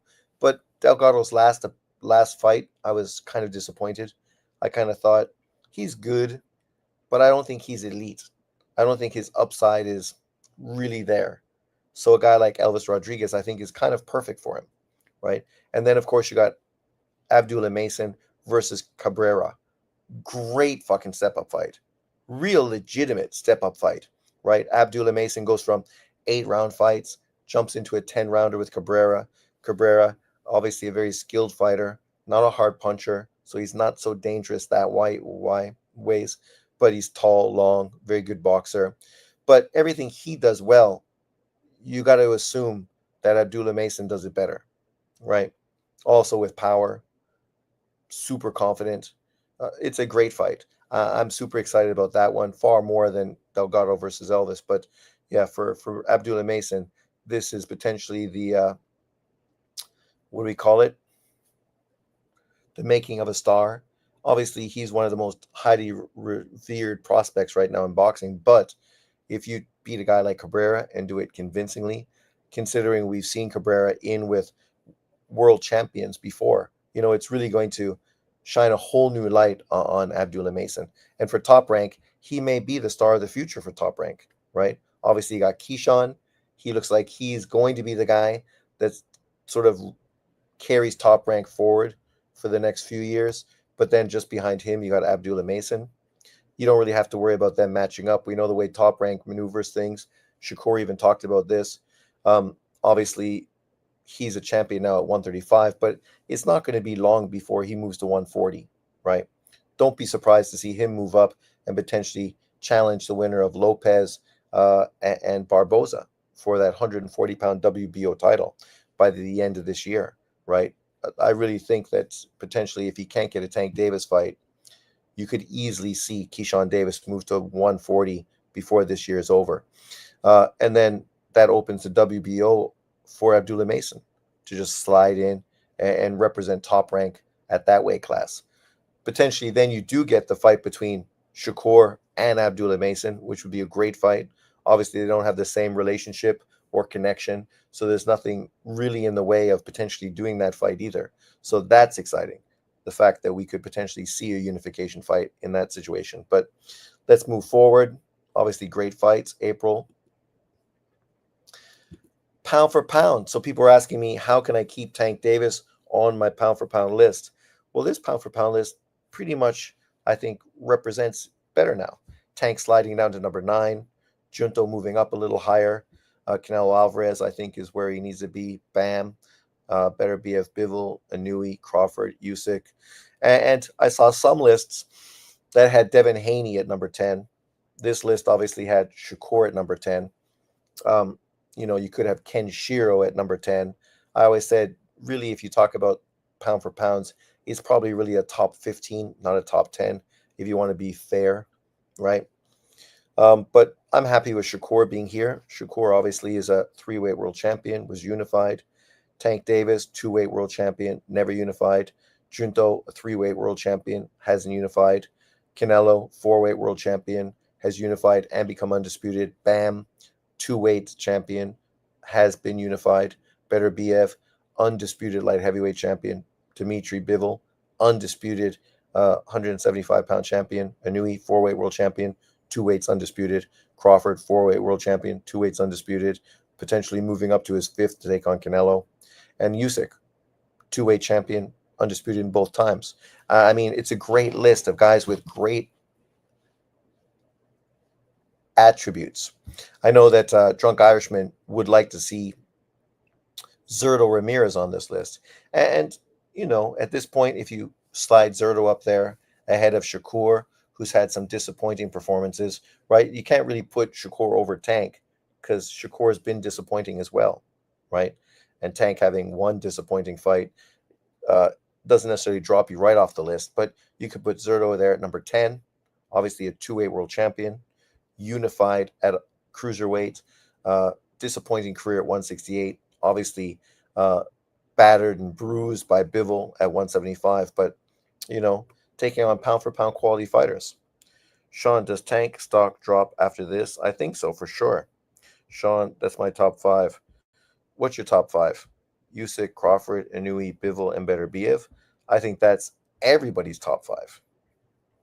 It would be hard pressed to be a boxing fan but not have your top 5 look like this.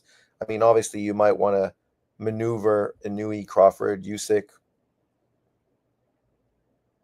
Crawford's been inactive, so a lot of people feel Anui deserves to be ranked above him because of that inactivity. Fair, justified. No, many have Canelo. Really? I haven't seen many lists that have Canelo in the top 5 at this point because he lost to Bivol. Since fighting Bivol, he's fought good opposition, but not great opposition. He hasn't done anything to sort of move himself past these fighters, right? To be honest. And some people agree that he's below Bam as well because Bam's been dynamic and sensational.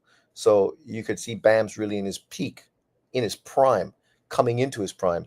Canelo Alvarez is obviously not in his prime anymore, right? And that reflects on pound for pound lists. I'm not one of these pound for pound kind of guys that thinks that this is a lifetime achievement award. This isn't a lifetime achievement award. That's why people feel Crawford has slipped on the list because of inactivity. If you've been inactive, you don't deserve to be on a list. That's just normal rankings. Sean, what's your assessment on Tank versus Roach? I felt Roach surprisingly fought well, was very comfortable in there. I was surprised Tank Davis really fought off of his back foot a lot in this fight. I felt he would be front foot putting pressure on Roach throughout the fight. I think if he did that, he probably would have got the knockout. Also disappointed with Tank's moaning and groaning to the ref, really prima donna type of behavior. Also shocked and surprised that Tank Davis took a knee, and for some reason that wasn't considered a knockdown.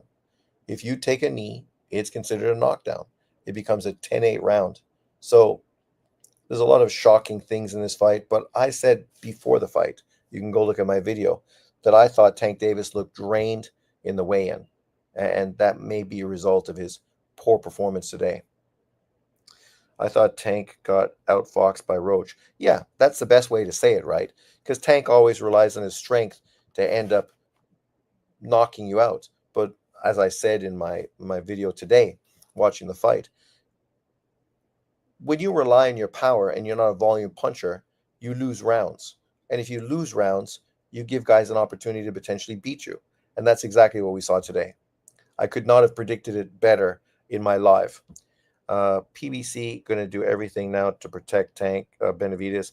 Tank stock took a hit and he wants to retire. Benavides is all they have left. It's true. It's true. Salute, Sean. It's me, Alonzo. What's up, my man? Another name. You're picking new names fucking every week. Let's move through it. Talking about some fights that are coming up soon from Japan. March 13th from Tokyo, Japan, Honda Tekken Promotions.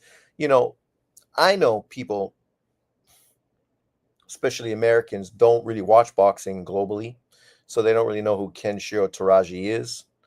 So they don't really give him the praise and the accolades he deserves. This is a guy that justifiably deserves to be a pound-for-pound top 10 fighter, right? The only loss in his record, he came back and redeemed it, beating that guy. That guy has since went on to become a champion once again, showing you justifiably what kind of opponent he truly was. Now, of course, he's going to unify titles, and I think this is what, his second, maybe his third fight at this new weight division. Obviously, he was a 108-pound unified three-belt champion. The fourth title, the guy ducked him blatantly. Otherwise, he would have been undisputed at 108 pounds. Now he's taking on fellow countryman Sergey Akua to unify titles at 112 pounds. This is a great fight. Really great matchup. I expect that Kenshiro is going to win. Kenshiro is a very underrated, what do we say? Overrated. Yeah, he's an underrated fighter. Probably the most underrated fighter in boxing today. Even with the great Japanese fighters ahead of him, he doesn't get as much attention, even in Japan, as obviously a Junto, an Ioka, or obviously Inui, even maybe Inui's brother, even though he is right now prime fighter. And taking on this level of opponent, great. Then we have, of course, Junto Nakatani's stablemate, Anthony Oleg Kasazugu, who obviously is currently also a 112-pound world champion, won a title of that weight. Now is going to fight ex-champion Kayaguchi, who was a 108-pound champion that Kenshiro beat, destructively destroyed to become unified. Now he's going to match up with him. That's a great fight. And the way this looks, you would assume that the winner of Kenshiro and Akui is going to take on Anthony or Kayaguchi for three-belt unification sometime later this year, probably in December, since this is Japanese. And then, of course, you got good power punching fighter Iwata, who is a very exciting up-and-coming Japanese fighter, and making his debut, Tomoya Tsuboi. Sorry if I butchered his name, but I think it's Tsuboi, who's a very good up-and-coming young amateur fighter, obviously now transitioning to the pros. So this card is going to be exciting. Obviously, it's going to be on ESPN in the US. Definitely a fight boxing fans should watch. Tank versus Shakur would be a boring Cobra match. Well, I think it'd be similar to today's fight, right? Shakur also is comfortable on the inside, just like Lamont Roach was. So I think the fight could play out very similarly. I knew he beats Tank. Well, let's not start pushing this kind of BS. I knew he's got lots of opponents. He don't need to be worrying about Tank Davis at this point of his career.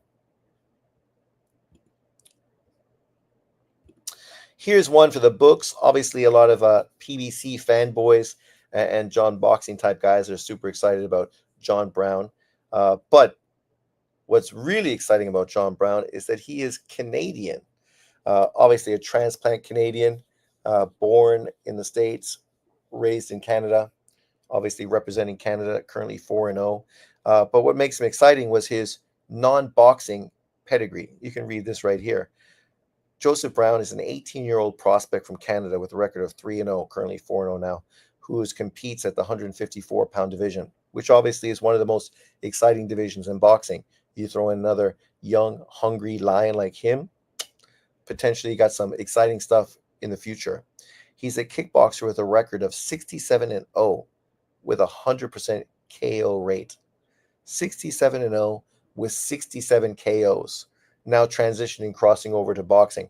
And we know if you watch boxing, a lot of kickboxers have transitioned into boxing. Obviously, the money is way better. And so you understand why they do it. But a lot of them have transitioned and done very well in the boxing ring. He is a all right amateur resume with multiple national titles. And now, obviously, he is the future, along with Karel Malmoten, for the PBC moving forward. I'm excited because it's always good to see a young Canadian fighter do well. We don't necessarily always have fighters representing us, but here we have. So I'm excited to see how well he does moving forward. Greg says the LWBC does the fighters no justice. They make it easy to root against the fighters they hype up. Yeah, but you could say that about a lot of promotional companies, right? When you try to oversell fighters, even though they still have lots of things to prove, there's always sort of a kickback. That was one of the reasons people really hated on Golovkin, because of the hype behind him, and people felt he didn't live up to it. So then they really started to rinse him. Lomachenko's the same, right? People, like Tank Davis said in the press conference today, they love you and then they hate you. That's true. Remember Troy Dorsey, Sean? Speaking of kickboxers, yeah, I do.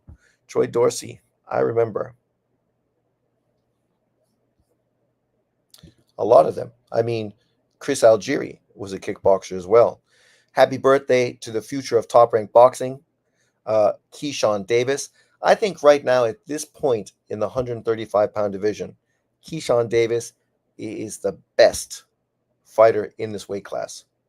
Boxer puncher, the most exciting, a dude that can control behind a jab with range, real legitimate power. Obviously, the ability to grow into the 140-pound division, potentially even 147 down the road.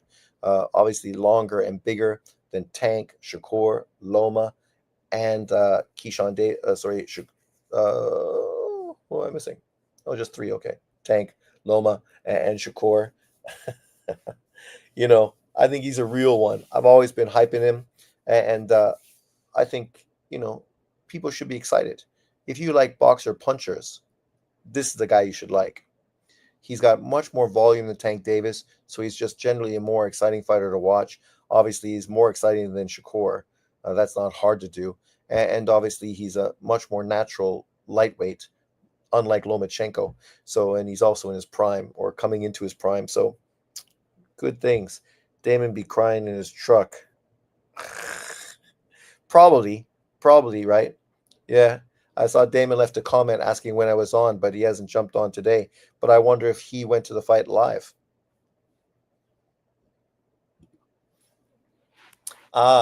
We were talking about Golovkin earlier, and it's small retribution that people love to hate on Golovkin. Yet it was just announced that the WBA, and it's not obviously the WBA Pro Boxing, it's a World Boxing Association or Amateur Association. I'm not sure the acronym what it is, but obviously Golovkin has been representing them, trying to get amateur boxing solidified for this upcoming Olympics, and they were granted that. So in the LA Olympics, there is going to be boxing. Obviously, it's tentative based on how things move forward and how well this commission or this new organization is able to work.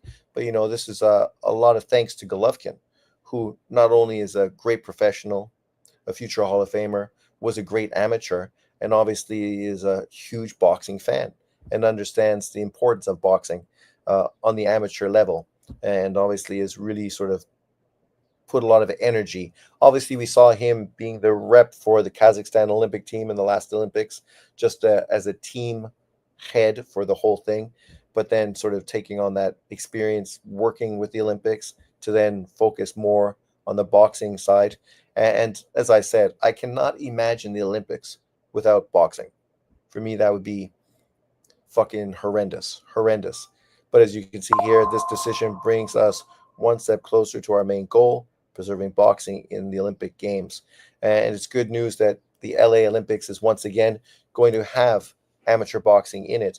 Because if you're as old as me, and many of you aren't, so I don't know if you even remember the LA Olympics when it originally happened, but that 1984 Olympic team was fucking a stellar US team that literally put out shitloads of Hall of Famers and great fighters that obviously we watched and cheered for years. Whether you talk about Holyfield, Biggs, Breland, uh, Virgil Hill, Pernell Whitaker, Taylor, uh, Steve Martinez. I can't remember all the guys on the team. There's another guy I liked, but for some reason I can't remember his name. A middleweight.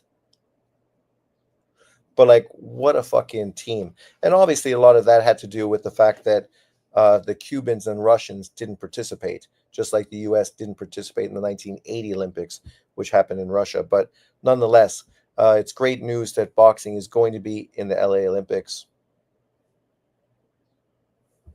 I'm excited. And just look at that turnaround, right? How old am I? 1984, and now it's going to be fucking 2008. Is that when that Olympics is going to happen?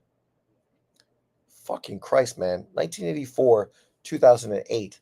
It doesn't seem so long ago. I remember watching the U.S. Olympic volleyball team, Karch Karai, Steve Timmons, right? I was a huge volleyball fan. Obviously, the Olympic basketball team, boxing, as I said, man, a lot. So these are some fights that are being talked about. And obviously, us as boxing fans, Paul Gonzalez. Thank you. Thank you. Yes. Oh, fuck. Yeah. Yeah. I was thinking, I know it's a Mexican name, but I couldn't remember who it is. I guess Golovkin retired without announcing it. Good thing I went to his final fight. But I think that's good. He's not the kind of guy I think that's really that kind of egotistical dude that needs to have a farewell tour, unlike some people. But potential fights, and I heard, and correct me if I'm wrong, but I heard there's a real possibility of Virgil Ortiz fighting Bakram Murzalia next, right? And if Virgil Ortiz chases this guy after just beating fucking Madrimov in his last fight, after beating fucking Boholchuk in the fight prior to that, man, Virgil Ortiz deserves tons of praise from American boxing fans. He's American. This is the kind of guy you should be praising. Making fights. Not fucking pricing himself out. Not fucking playing political games, but literally making fights. Let's remember, this is the guy that was supposed to fight Tim Tszyu really quick, short notice as well, right? The guy that was supposed to fight Stanionis when he was a welterweight. Outside of him ducking the WBO opportunity to face Bud Crawford, he's literally stepped up and fought everyone in front of him. And if he was to step up, fight Murzalia now to become the IBF world champion, not only would boxing world be super happy to have him as an IBF champion because he's far more marketable, but what a fucking man taking on a dangerous opponent like this again. Wow. Everyone, I think a golf clap is deserved. And Virgil Ortiz, I always liked him, even though I did pick against him in the Madrimov fight, but I walked away much more of a fan after that performance. And if he takes on this guy next, all I'm going to say is, man, he is definitely one of the guys that's moving boxing in America in the next few years, if that's the kind of opposition he's facing week in and week out, or month by month. But nice, good work, Virgil Ortiz. And this is no shade towards Boots Ennis. I'm happy to see Boots unifying as well and potentially participating in this welterweight mini tournament by Saudi Arabia. So, there's praise to go around for everybody. Then, of course, I saw this one, and I don't think this is a likely fight, but as a serious boxing fan, stylistically, I would have always preferred to see Canelo Alvarez fight Beterbiev as opposed to rematching Bivol. I just think this is a way more interesting fight, right? Stylistically, what a fucking fight this would be. Like, you cannot be a Canelo Alvarez hater if he steps in the ring and takes on undisputed 175-pound champion, better BF, at this point of their careers. You just have to be like, fuck, man, sign me up. This is the kind of fight I want to see because this shit is fire. And at this point, it's not for somebody's Canelo already lost twice, once to Bivol, once to Floyd, two real slick fighters. Now you take on a guy who's very skilled, but more of a destructive fighter, similar to Canelo. And obviously, Bivol lost to a slick fighter. They have a loss both to Dimitri Bivol. I think this fight would be fucking incredible. I would way more prefer this fight than Canelo versus Bud Crawford. Nothing against Crawford. I'm happy to see Crawford get a big payday. But this fight, stylistically, is just a fight I would way, way, way rather watch because this thing is fucking fire. Dynamite. Who wouldn't love to see this fight? Great. Virgil, young, entertaining, and fighting the right fighters. Exactly. That's all you can ask, right? From a fighter to do exactly what this is. And this is the criticism towards Tank, that he's not doing what Virgil Ortiz is doing, not fighting the right fighters. But man, would I love fucking Canelo versus Better BF. Woo! Make that fight. And then this fight. And this is a fight I've been critical of Bam for quite some while because I feel Bam's basically ducked and dodged Junto on the down low. Obviously not blatantly, but when you skip over Junto's weight class to move up to face old fighters, right? You're missing out on a legacy type of fight to become a world champion. Then you move down to that same weight class when that man moves to your division, where now you're a champion. So now you can make a unification fight, but you choose to move down in weight, right? And then once that guy moves out of that division to 118, now you move back to that division again. So it blatantly looks like a huge duck on Bam Rodriguez's part. And obviously, I'm not saying Bam would lose to Junto, but the fact is, this is a fucking incredible fight. Two primed young up-and-coming fighters from the lower weight divisions, both in Inui's shadow, both wanting to prove themselves, both potentially wanting to put themselves in a position to get a Inui fight, right? You have Bam, instead of taking on Puma or whoever he's going to fight at 115, go up and face Junto at 118 to become a legitimate three-weight world champion by beating a legitimate star. You beat him, and now that Inui fucking Bam Rodriguez fight becomes mental. And when you talk about Inui coming to the US for a big fight, that's a fight. Now you got a fight that Americans are literally going to fucking be going crazy over. Bam Rodriguez moving up to his fourth weight division to take on fucking the monster Inui. You can't fucking write this shit any better. It's like unbelievable. And by beating Junto in the process, now you go up there and this becomes a legitimate 50-50 fight where people are literally American specifically are saying, oh yeah, Bam's going to totally beat fucking Inui. Inui's way too fucking one-dimensional, doesn't move his head enough. Bam is way too good for him, way too slick, way too fucking skilled, right? You know the conversation before it even starts. That's how it's going to fucking play out. And if Junto beats Bam, man, obviously for him, that's fucking laying down the gauntlet. Literally saying, fuck, Inui, you're good, but I'm better. Let's fucking do this. And then potentially you get the biggest fight in Japanese boxing history. Man, you can't write this shit any better.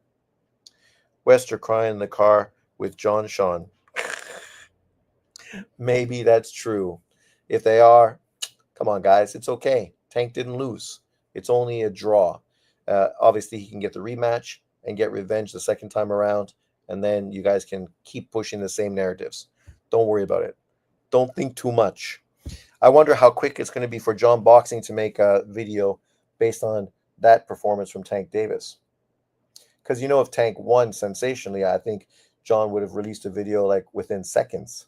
But with that performance, now it's probably going to be more of how everybody hates the Black American, right? The twist job. Because at this point, yes, no video yet. Ah, yes, there's the Gary Russell video. he couldn't make a legitimate video, so he just made a short praising Gary Russell. So we'll see what happens moving forward. But it's a great day of boxing. And I don't say that because Tank Davis disappointed, because I was looking forward to Tank Davis scoring a sensational knockout and moving forward so I could push a potential matchup between him and Shakur. But unfortunately, now that fight looks like it's never, ever going to fucking happen.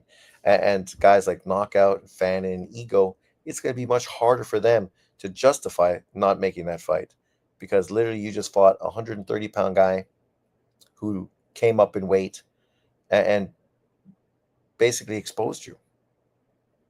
But thanks everyone for jumping in. I appreciate it. I really do. And I will see you guys next time. Thanks everyone, and have a nice weekend. Peace out.